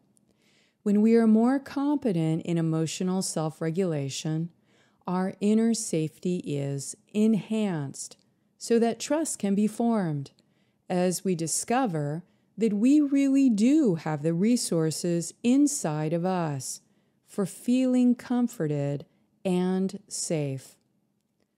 Imposters manipulate fear perception. An important part of improving our feeling of safety is improving our emotional competency to recognize that negative emotions in ourselves and others greatly cloud our discernment and interpretation of events. If people only see reality through the lens of fear, most of the time their interpretation is based on false evidence appearing real. Fear is the manipulation tool of imposters. When we have the capability to emotionally self-regulate, appropriate communication is not avoided through unhealed fears triggering some unwanted emotion. We all can learn to free ourselves from fear-based thoughts and emotions like anger, bitterness, resentment, retaliation, and other destructive emotions that cause hurt and pain. Yet everywhere we go in this world, we will get the opportunity to see that dark forces continually manipulate those same fears in others in order to gain control over them. All imposters and dark forces, human or non-human, that have the primary interest in exerting power and control or taking the superior position to rule over others will attempt to manipulate our darkest and deepest fears, most of which are hidden from our conscious mind. This is how the third dimensional system works on planet Earth, as long as it remains in the hands of the controllers that desire to keep humanity in servitude. Many humans have subconsciously taken on the fear-based predator mind belief systems that were given to them from alien mind control for the purpose of consciousness enslavement. As long as we allow fear to exert control over us, these dark forces that are visible and non-visible will use fear tactics at every opportunity to manipulate our mental perceptions into fear so that we remain in bondage and enslaved. This is why it is imperative that we do the self-inquiry process to drill down and source our personal fears and anxieties, and to observe our surface thoughts and behaviors, because we hide what we fear the most. How we can see our hidden fears is through our impulses, the things we blurt out, or the inner dialogue we catch in our mind. what remains hidden and suppressed can manipulate us without our knowing that we are being controlled by forces in the external. Dark forces manipulate all the content of our hidden fears, and we all are exposed to some level of this dark manipulation in the world. Bondage loops of fear. When we break down the main causes of experiencing fear in our life, we must assess which side of the negative polarity we are in and where we have the most vulnerability to be exploited. Fear is used to create victims and victimizers that exchange places with each other to form bondage loops within the same polarity. People live in fear, feeling they are victims, when their perpetrators also live in fear as the victimizers. It is an interchangeable bondage loop that cannot be broken until you can see what side of the polarity that you play into. To break the cycle of fear-based bondage loops, we have to stop playing out that pattern of the negative polarity based in fear, and we must reach out for the unconditional love of God. Many people that are living with unhealed subconscious fears vacillate between feeling threatened by fears and then lashing out at others to regain the sensation of having personal control over their environment. Are we living with subconscious fears and perceptions of outer threats so that we manipulate and control the environment and others in order to feel more secure? Do we experience sensations of fear and mental paralysis often in our day-to-day thoughts and emotions? When do we react and use fear to get what we want from other people or situations? What are the causal events and the real reasons that we feel triggered in fear or feel threatened? The first step is recognizing where fear has bondage loops in the exchanges we make that have some kind of control over us. By taking an honest inventory of what places inside of us are feeling fear, we can then study the reasons why we feel this fear and how we react to it. To overcome fear, we must study ourselves, witness our mental thoughts and emotional reactions to other people, places, and things. The negative polarity in the frequency of fear matches the vibration that attaches to black energy and dark spirits. All people that indulge in unrestrained and uncorrected negative emotional states of fear will attract demonic or dark spirits, and these negative spirits generate energetic blockages and cords in our light body. This can greatly amplify sensations of chaos and anxiety internally within the body because there are hitchhikers hanging on. The spirits of mental bondage. All of us must learn how to overcome our fears, which dissolves the darkness that exists within the layers of our mind, so that we can become free of mental bondage. When we are no longer controlled by fear-based belief systems and reactions, we can stop allowing fear bondage loops and the dark spirits they attract to make an internal dwelling inside our bodies, minds, and emotions. When we have cleaned out these internal dark dwellings, the spaces where there was darkness are now filled with light.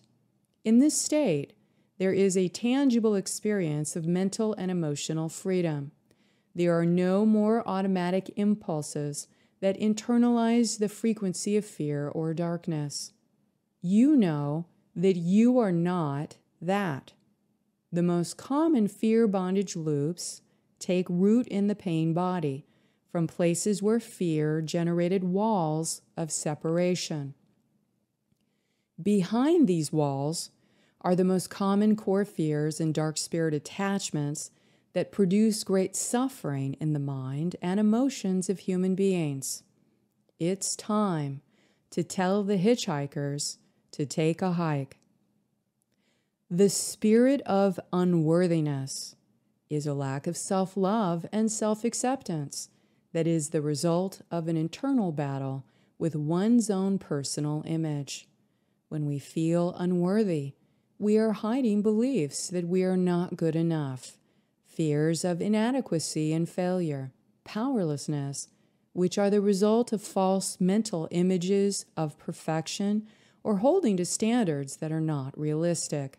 We may harbor hidden feelings of unworthiness because we feel separate and that we do not belong, and that we did not rise to achieve goals that were thrust upon us by other people. The spirit of self-entitlement is to compensate for unworthiness and feeling powerlessness.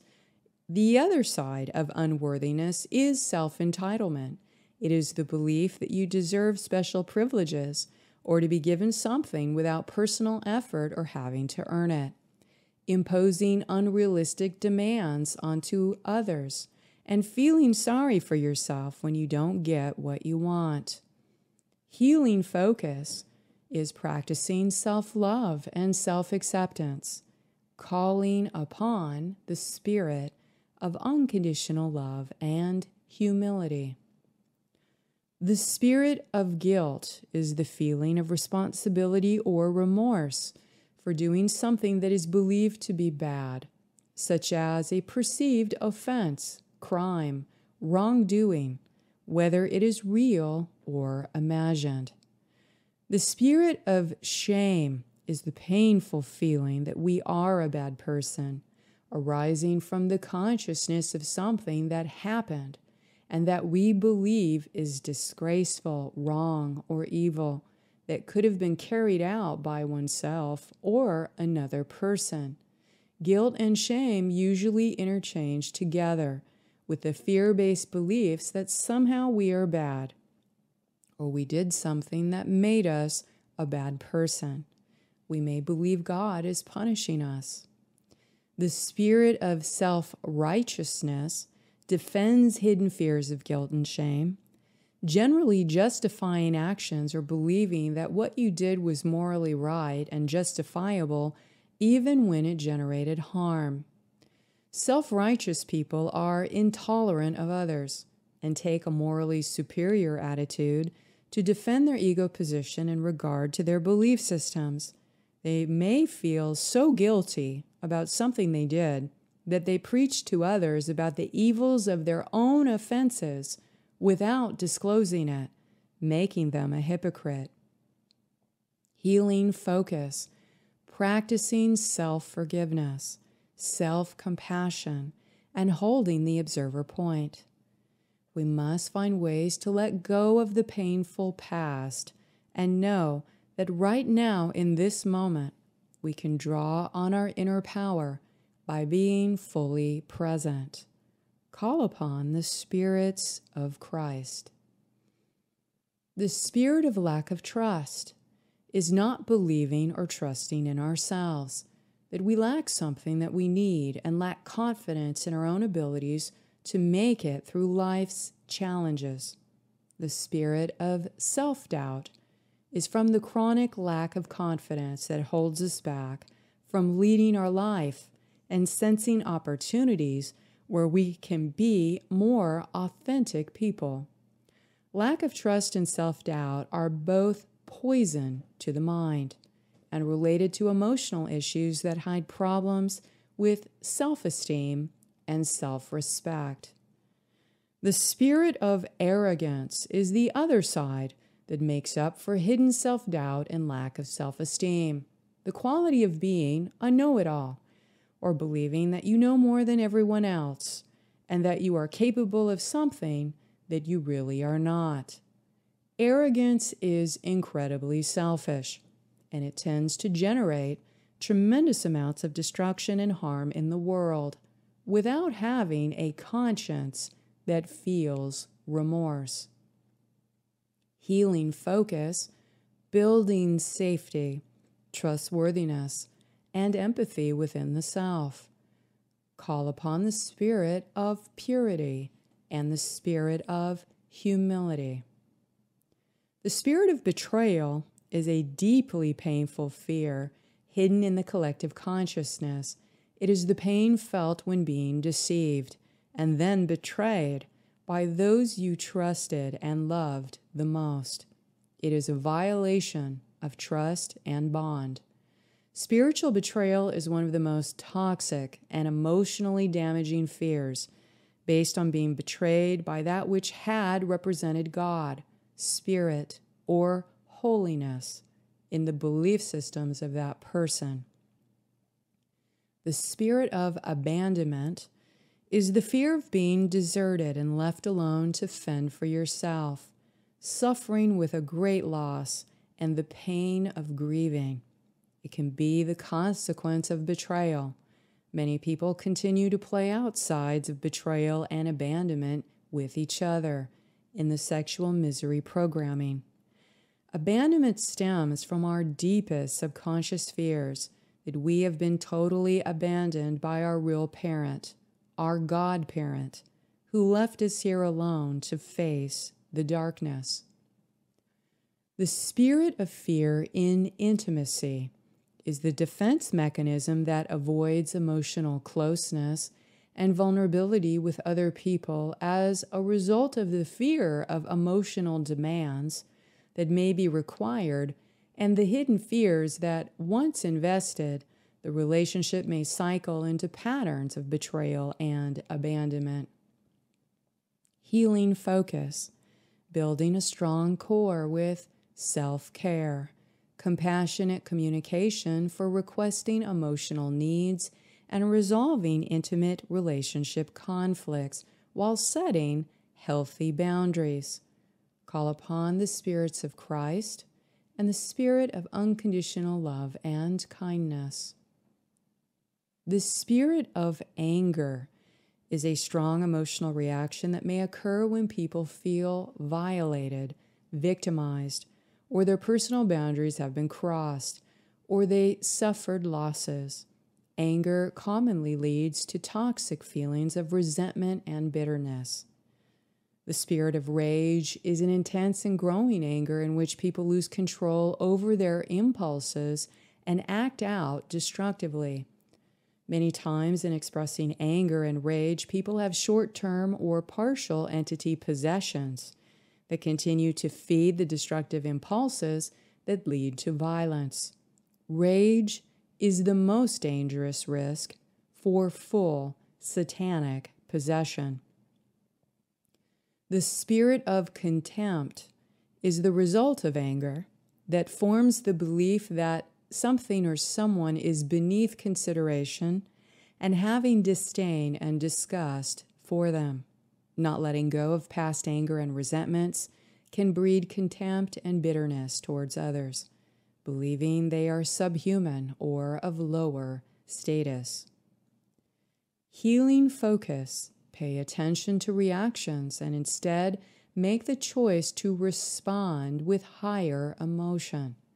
Dedicate to find ways to create calmness, stillness daily to relieve angry emotions, focusing on impulse control. Call upon the spirits of Christ and the spirits of kindness, patience, and forbearance.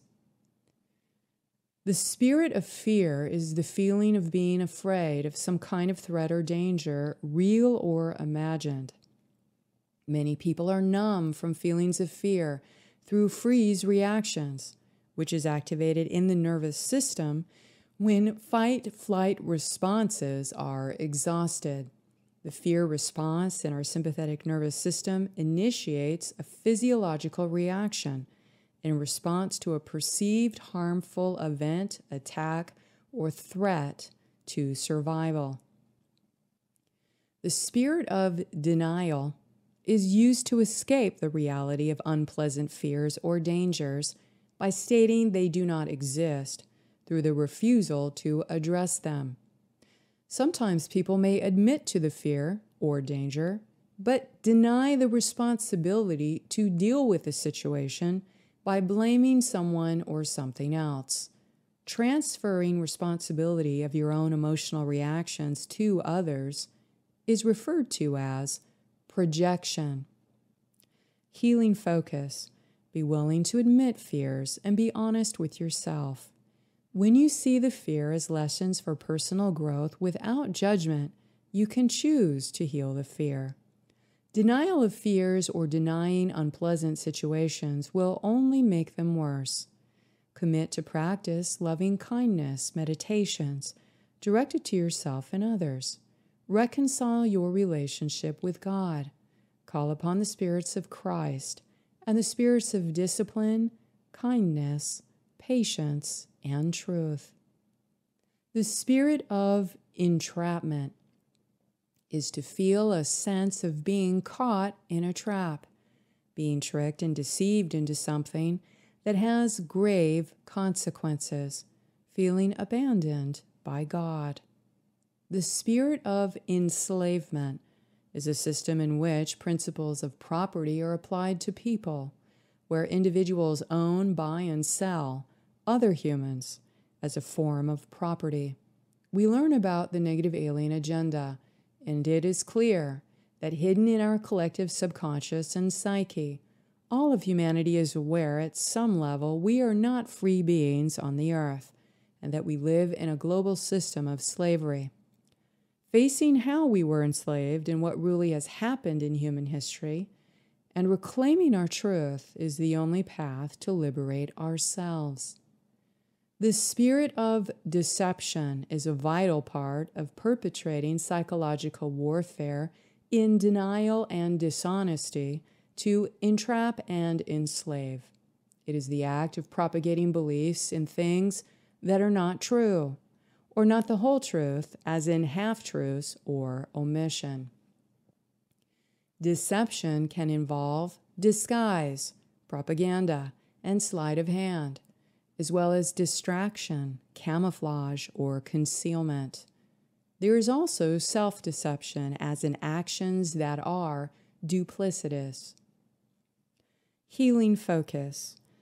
Developing courage to face the current terrain on planet Earth as a system of world slavery and world suffering. Educate yourself on human trafficking, sex slavery, and disaster economies built upon human suffering. We are in a spiritual war, and we must find ways to reconcile our relationship with God and connect with our inner spirit. We find true freedom when we remove fear and disunity with God, and then can experience God ever presently with us. Call upon the spirits of Christ and the spirit of truth and freedom to vanquish any areas where there may be dark deception in your life. Fear builds demonic houses. The impostors attempt to increase the bondage loops of the spirits of fear in the minds of people who are building demonic houses within their consciousness from their own mind and fear-based thought forms. When the body, mind, and heart are corrupted by repeated fear-based thoughts, the internal structure to house these energies, these qualities of demonic spirits, will reside in the mind and consciousness body. These lower quality spirits manifest tremendous pain and suffering and are also called satanic or Luciferian forces. In severe cases of repeated destructive spiritual behavior, this can evolve to a thought form possession around a certain theme, such as addiction. The controllers know that in order to maintain a system of consciousness slavery, they must devise a control-based society in which people will obey power structures without the ability to question authority or ensure accountability of actions. When people believe in the fear-based programming set up as belief systems in the third-dimensional world, they easily act as the border guards of the Matrix. They are willing to self-enforce unethical laws on others, no matter how corrupt or tyrannical the society.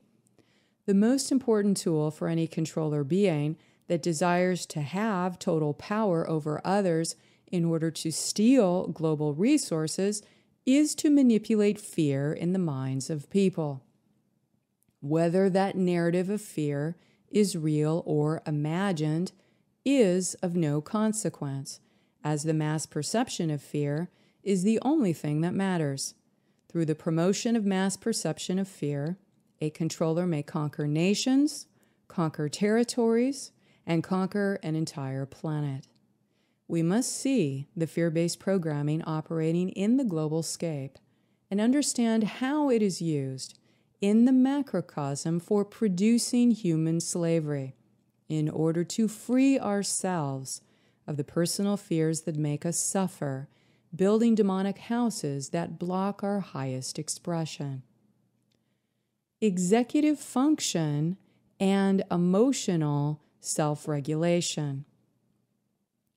While most of humanity is unaware of the darkness that exists in fear-based perceptions that govern the decisions they make, it robs them of the executive function required in having the cognitive control that is needed to help them function more effectively in every area of their lives. If a person does not have self-discipline or control over their own mental processes and impulses, it impairs their ability to be an independent thinker, which allows for autonomy over the direction of their own life. This means their life is not their own. They are unable to emotionally self-regulate and assess the environment. They are weakened in their ability to monitor their thoughts and behaviors that assist in the attainment of their personal goals. When a person refuses to be responsible for their thoughts and behaviors, they are run by their external perceptions and fears and are generally being easily manipulated by other people or dominating forces. Essentially, consistent fear-based thoughts impair executive function and cognitive control, which weakens brain function and mental processes over time, and is similar to brain impairment from an injury. When fear-based thinking is not corrected, it can lead to many mental disorders such as learning disabilities and attention deficit, as well as amplifications of psychic attack and dark interference. Learning disabilities impair people from adapting their behaviors in order to gain different results in their life situation. It is the inability to evaluate and organize information that allows a person to accurately assess their surroundings and respond to it effectively. The frequency of fear is a toxic stress that has damaging effects on behavior, as well as the nervous system and brain chemistry, weakening the frontal lobe and impairing a range of mental processes. It is important to understand that fear-based thinking is highly toxic, and that wrong thinking and negative attitudes skew perceptions into common symptoms of classic learning disabilities. Fear damages the brain's ability to receive and process information. It impairs perception and intuition. On the ascending roadmap to self-ownership, we must grasp the spiritual lessons of fear that we must overcome. In overcoming fear, we can improve our brain function and mental processes that enable positive behaviors that help us to make healthy and balanced choices for ourselves and our families. When we can clear fear and instead focus attention, meditate, and hold observer point, it strengthens our mental flexibility so that we can filter out distractions, retain information, prioritize tasks, and control impulses. All people have the potential to develop these mental skills and improve their brain function by being provided with support in growth-promoting environments. This is how any person can regain strong executive function skills and emotional self-regulation which increases coherent mental and emotional body integration. Ego annihilation and fear of death. The predator mind, or negative ego, is a mental fear program that runs on the frequency of fear. It stimulates the experience in the body that the personality is under some kind of threat, which surfaces emotional fears of personal annihilation or death. These many fears rise up from the subconscious and pain body, which generate automatic impulses and reactions when they are denied space to be neutrally witnessed in the conscious mind. When fears are denied or suppressed, they create mental barriers and emotional aberrants, or places in our mental and emotional body that collect dead energy, which further generates more accumulated pain in the body. As a result of denial in facing deep fears, a false identity is assumed to defend its position, placed in the front of the conscious mind as a coping mechanism to continually deflect the fears on the surface. Ultimately, every fear that we experience is hardwired into the negative ego program, which is designed to stimulate subconscious terror about perceived threats against our existence. If we better understand that negative ego fear programming is the design used to produce and manufacture slavery, then we are able to see that our personal fears are actually the mechanism used on planet Earth to keep us trapped in bondage. If we allow fears to take us over, we are allowing ourselves to be trapped and enslaved by them. Essentially, the fear program that is the negative ego was manufactured by the negative aliens to capture souls and make them slaves through the continual feedback loop of broadcasting fear and death. The negative ego layers has autonomic trigger buttons in the pain body to release sensations of psychological emotional terror throughout our nervous system, so that we feel so shocked and numbed out by the fears that we refuse to face them. When we are identified with our mind as the source of individuality, we are disconnected from our spiritual source and authentic higher self. And as a consequence, we will continually experience looping thoughts that trigger emotional fears and anxiety. When we face our fears by making the pattern conscious in our awareness, we are able to neutrally witness them. In that moment, you are disidentifying with that pattern of fear as you. In the neutral witness process, we bring the unconscious aspects of our darkest fears to the surface of our mind in order to shed light upon them, which many times will dissolve the negative pattern and the emotional charge associated with the fears. Ultimately, when we disidentify with our fears and we disidentify with the thoughts in our mind, we can express our thoughts and feelings with clarity and coherence. But there is no difference in what we have said that impacts our sense of self. When we can express ourselves without believing the mind is what defines who we are, we can express ourselves fully, whether it's labeled right or wrong, or whether others have judged you for what you have said. None of this has bearing upon your sense of self and your deeper connection. In fully resolving our fears, we will need to make peace in our beliefs and feelings around death.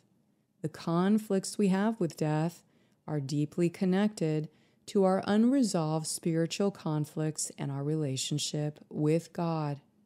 We all encounter transition phases in life that are similar to enduring the death process. These are defined through the cycles that deeply transform us, marking our stages of spiritual development that show up as milestone events along our life path. All of us will undergo the transition phase of death, and it is important that we prepare ourselves for that inevitable next stage of our consciousness journey. Addressing fears of death. There are many different ways to perceive the death passage through the lens of many different belief systems. What is important is that you explore your own personal beliefs and experiential knowledge about the death process and come to the place within yourself that you have made peace with death and dying, which is also the primary conflict to heal in order to overcome fears. One of the most paralyzing fears that humans have inherited from the process of negative alien agendas consciousness wiping is that we are terrified of the unknown and what happens after death. This is the result of having our real spiritual identity and history taken away and not remembering who we are as multidimensional beings. People that have suffered severe trauma or abuse have much more intense crisis of faith that fuel fears related to unresolved spiritual conflicts around the death process. If in the last year you have felt an intense rising of inner fears and anxiety that has become unmanageable and miserable, a helpful exercise will be to spend time resolving the source of fears as related to addressing personal fears related to death. When we prepare ourselves for the death process, we understand the death of the ego mind, and this is an important part of our commitment to developing our consciousness on the spiritual journey. Most people do not think of what they will experience or feel when they reflect on what they have done with their life on earth, when they have transitioned to the next dimension. When communicating with earth-based humans that have passed their body, the most prevalent experience I found was regret. Regret that they did not do more with their life. Regret they did not unconditionally love everyone. Regret that fear stopped them from achieving important events that would have changed their timeline and improved the lives of future generations. Life goes on after we drop the physical body, and it is as real as you can feel yourself right now. It is even more real than our lifetimes spent on earth. Physiology of fear. When we understand how fear is created in the body, it is helpful in releasing the grip of anxiety and fear patterns. Now let's discover how the body's physiology is affected by fear and trauma and how that is exploited by dark forces. The hardware, 3 brains and nervous system. Our biology has 3 distinctly different processors of energy and information, 2 conscious and 1 functioning below radar. We are aware of our thoughts and emotions, but we are less aware of what the survival brain is doing below our conscious radar and how this is affecting the way we feel. The survival brain is the one that takes your hand off the stove before the other 2 brains realize that you have burned your hand. It is incredibly fast at responding to what is happening in our environment in order to keep the body safe. Each human body comes with a preloaded software program that says, "We are keeping this body alive." So what is going on in the lower brain, the subconscious areas below the conscious mind radar? The lower brain or subconscious mind basically runs in 3 modes: relaxed, fight, flight, and freeze. Again, to keep it simple, in our newsletter, we have used a traffic stoplight as a model. When we are in green, we are relaxed, and our heart and respiration is slow. We can digest our food, we can nap, we enjoy being with loved ones, and we can relate to them. The moment the lower brain feels there is danger, it moves the biology into yellow. The vagus nerve shuts down all the organs below the diaphragm and speeds up the ones above the diaphragm. We get an immediate increase of available energy or superhuman strength in order to escape danger. This is an amazing thing that the human body can do in a split second. Our bodies were designed to do this for very brief periods of time. We don't want to get stuck in the danger zone of yellow where we cannot digest our food, we cannot sleep, and we cannot enjoy or relate to our loved ones. There are usually two reasons we get stuck in fight, flight. We are living in an unsafe situation, and the accurate assessment is that we are in danger or feeling threatened, or we may have an unresolved trauma from the past, which the lower brain feels is happening now in the present moment. Being in the red zone is more rare. This is where the lower brain perceives the body is not going to survive the experience and shuts it down. The body becomes immobilized to play dead and is anesthetized to minimize suffering. The consciousness or soul can actually leave the body, be separate or dissociated from it. Again, this is an amazing biological accomplishment as this happens in a split second. We see this with high-impact trauma, with early and chronic abuse, such as satanic ritual abuse, and in war and torture. The eyes are vacant, the voice is monotone, and the body is lifelessly still, meaning there is no fidgeting, gesturing, or normal movement in the body. Self-assessing. Since our human family is now living in the yellow zone so much of the time, let's look more closely at the spectrum of yellow and the difference between the fight and flight side or the victim-victimizer signals in the body. We're looking at increasing levels of activation, which means increased levels of available energy. Using a scale of 1 to 10, we can have low-level activation, which is a feeling of unease on the flight side and irritability on the fight side. In the mid-range, we may have anxiety on the flight side and anger on the fight side. At the end, we have panic and rage, which are getting closer to the threshold where the body switches into freeze or red. Creating conditions. The issue with the survival brain is that we cannot fake it out. If we want to relax, we actually have to create the conditions for the physiology to move into green in order to relax. If we live with a predator, if we work under a predator, if we do not have our basic needs met, we're going to be in yellow. So part of being able to clear fear means making lifestyle choices that help the brain and nervous system register that we are safe. Implicit memory. Current estimates are that the lower brain is taking in about 40,000 data bits per moment. This is what we refer to as the hard drive or our unconscious mind. It is recording everything, far too much material to push into our conscious awareness. We get an estimated 25 to 35 of these data bits registering on a conscious mind level.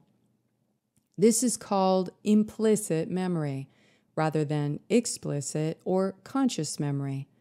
The hard drive records past threats into a special category so that if a similar cluster of data bits arises that were present when something traumatizing happened, we get the jump on it and move into the yellow zone more quickly. The shaping of collective. In understanding implicit memory or the content which is recorded but not conscious, it is easy to see how this could be manipulated by those who would like to keep people in fear and keep our physiology in the yellow zone. In the yellow zone, we are less able to respond to the present moment. Our bandwidth of awareness gets narrower as we look for the external threat or reason for our tension and discomfort. We no longer see beauty, feel comfort, or experience balance in our life. It is as if looking for danger gets to go to the front of the line, skipping in front of all other perceptions coming in. It isn't difficult to see how our news and entertainment is purposely designed to keep us at a constant 6 or 7 in the levels of activation into the fight-flight. They are getting more adept at reaching for our adrenal glands and giving them a squeeze. The culture of keeping people in the yellow zone of fight-flight has been in the making for a long while. Traumatic memory. A woman who was sexually assaulted in a cedar room may develop an aversion to the smell of cedar without making the connection. Whenever she smells cedar, the survival brain will shift her into yellow as a precaution. She may start to feel anxiety without knowing why, which changes how she moves through the rest of her day. Until this trauma is cleared from the hard drive, these triggers interfere with her ability to respond to the now moment. Trauma is not in the event, it is in the nervous system. The traumatic memory will keep showing up in the present until it is cleared. Manipulation. In a similar way, the negative alien agenda may try to activate or use the implicit memory packets we have of past personal traumas.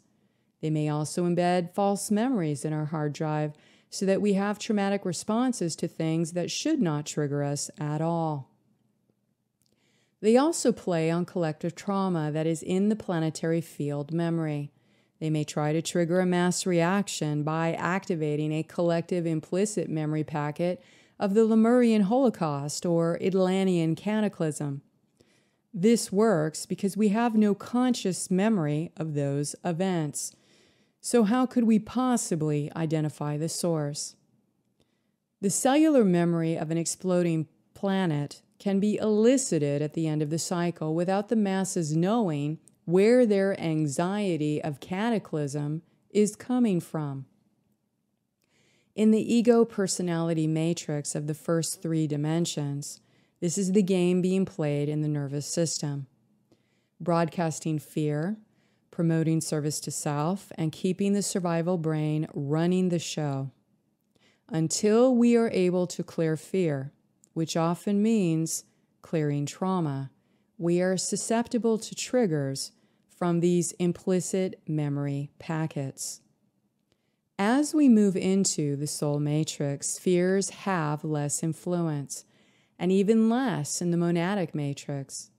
Now that the trans-time continuum is opening our access into other timelines and dimensions that were not previously available to us, people who are starting to embody the monad may find themselves deeply triggered. They may be dealing with new implicit memory packets from other aspects of their identity, starting to be recollected and returned. Recently, in the ES community, there has been a group processing of Lyran memories. If this happens, understand it for what it is. We are actually just hitting larger chunks of the traumatic memories from timeline trigger events further out in the timelines. During stress, back to the basics.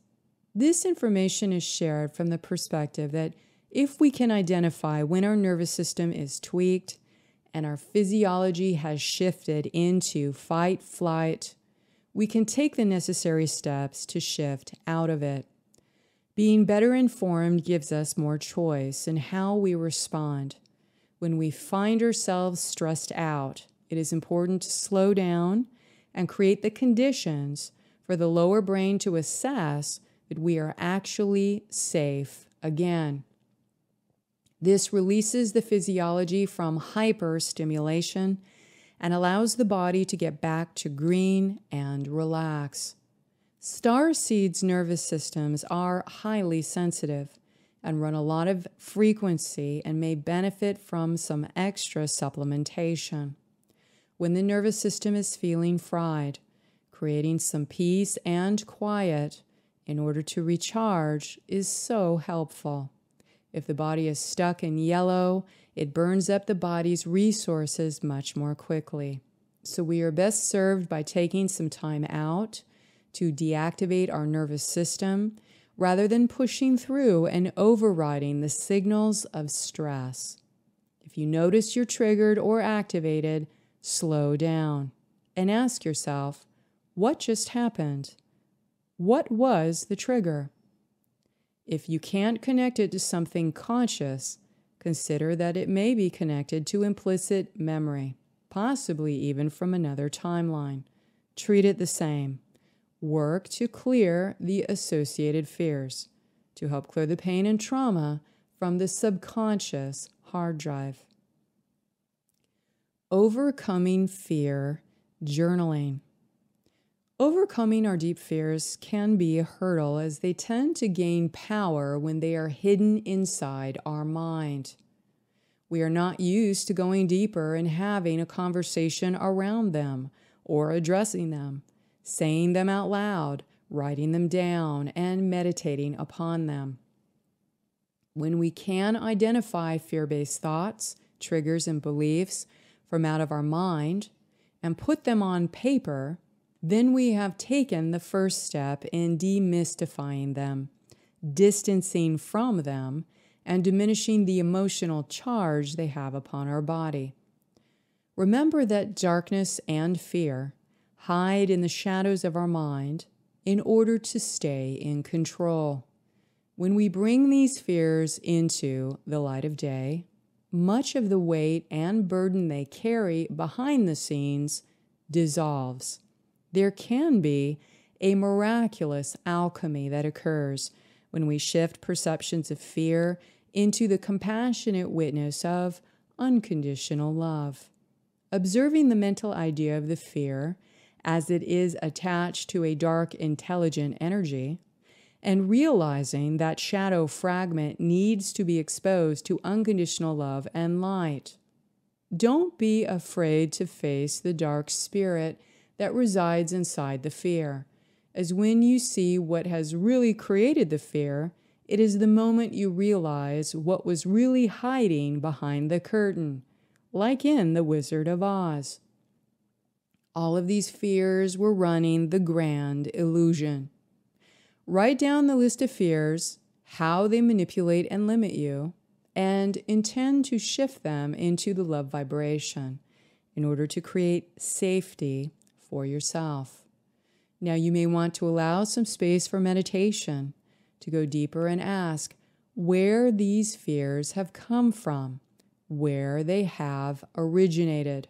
Pay attention to what you may notice coming up that is not true. Many times our fears are based in deceptions, from misinterpretations, and what others have told us that is actually not true. When you sense other times you felt afraid, and they are connected to the basis of current fears, send love to yourself in that timeline where you were feeling scared.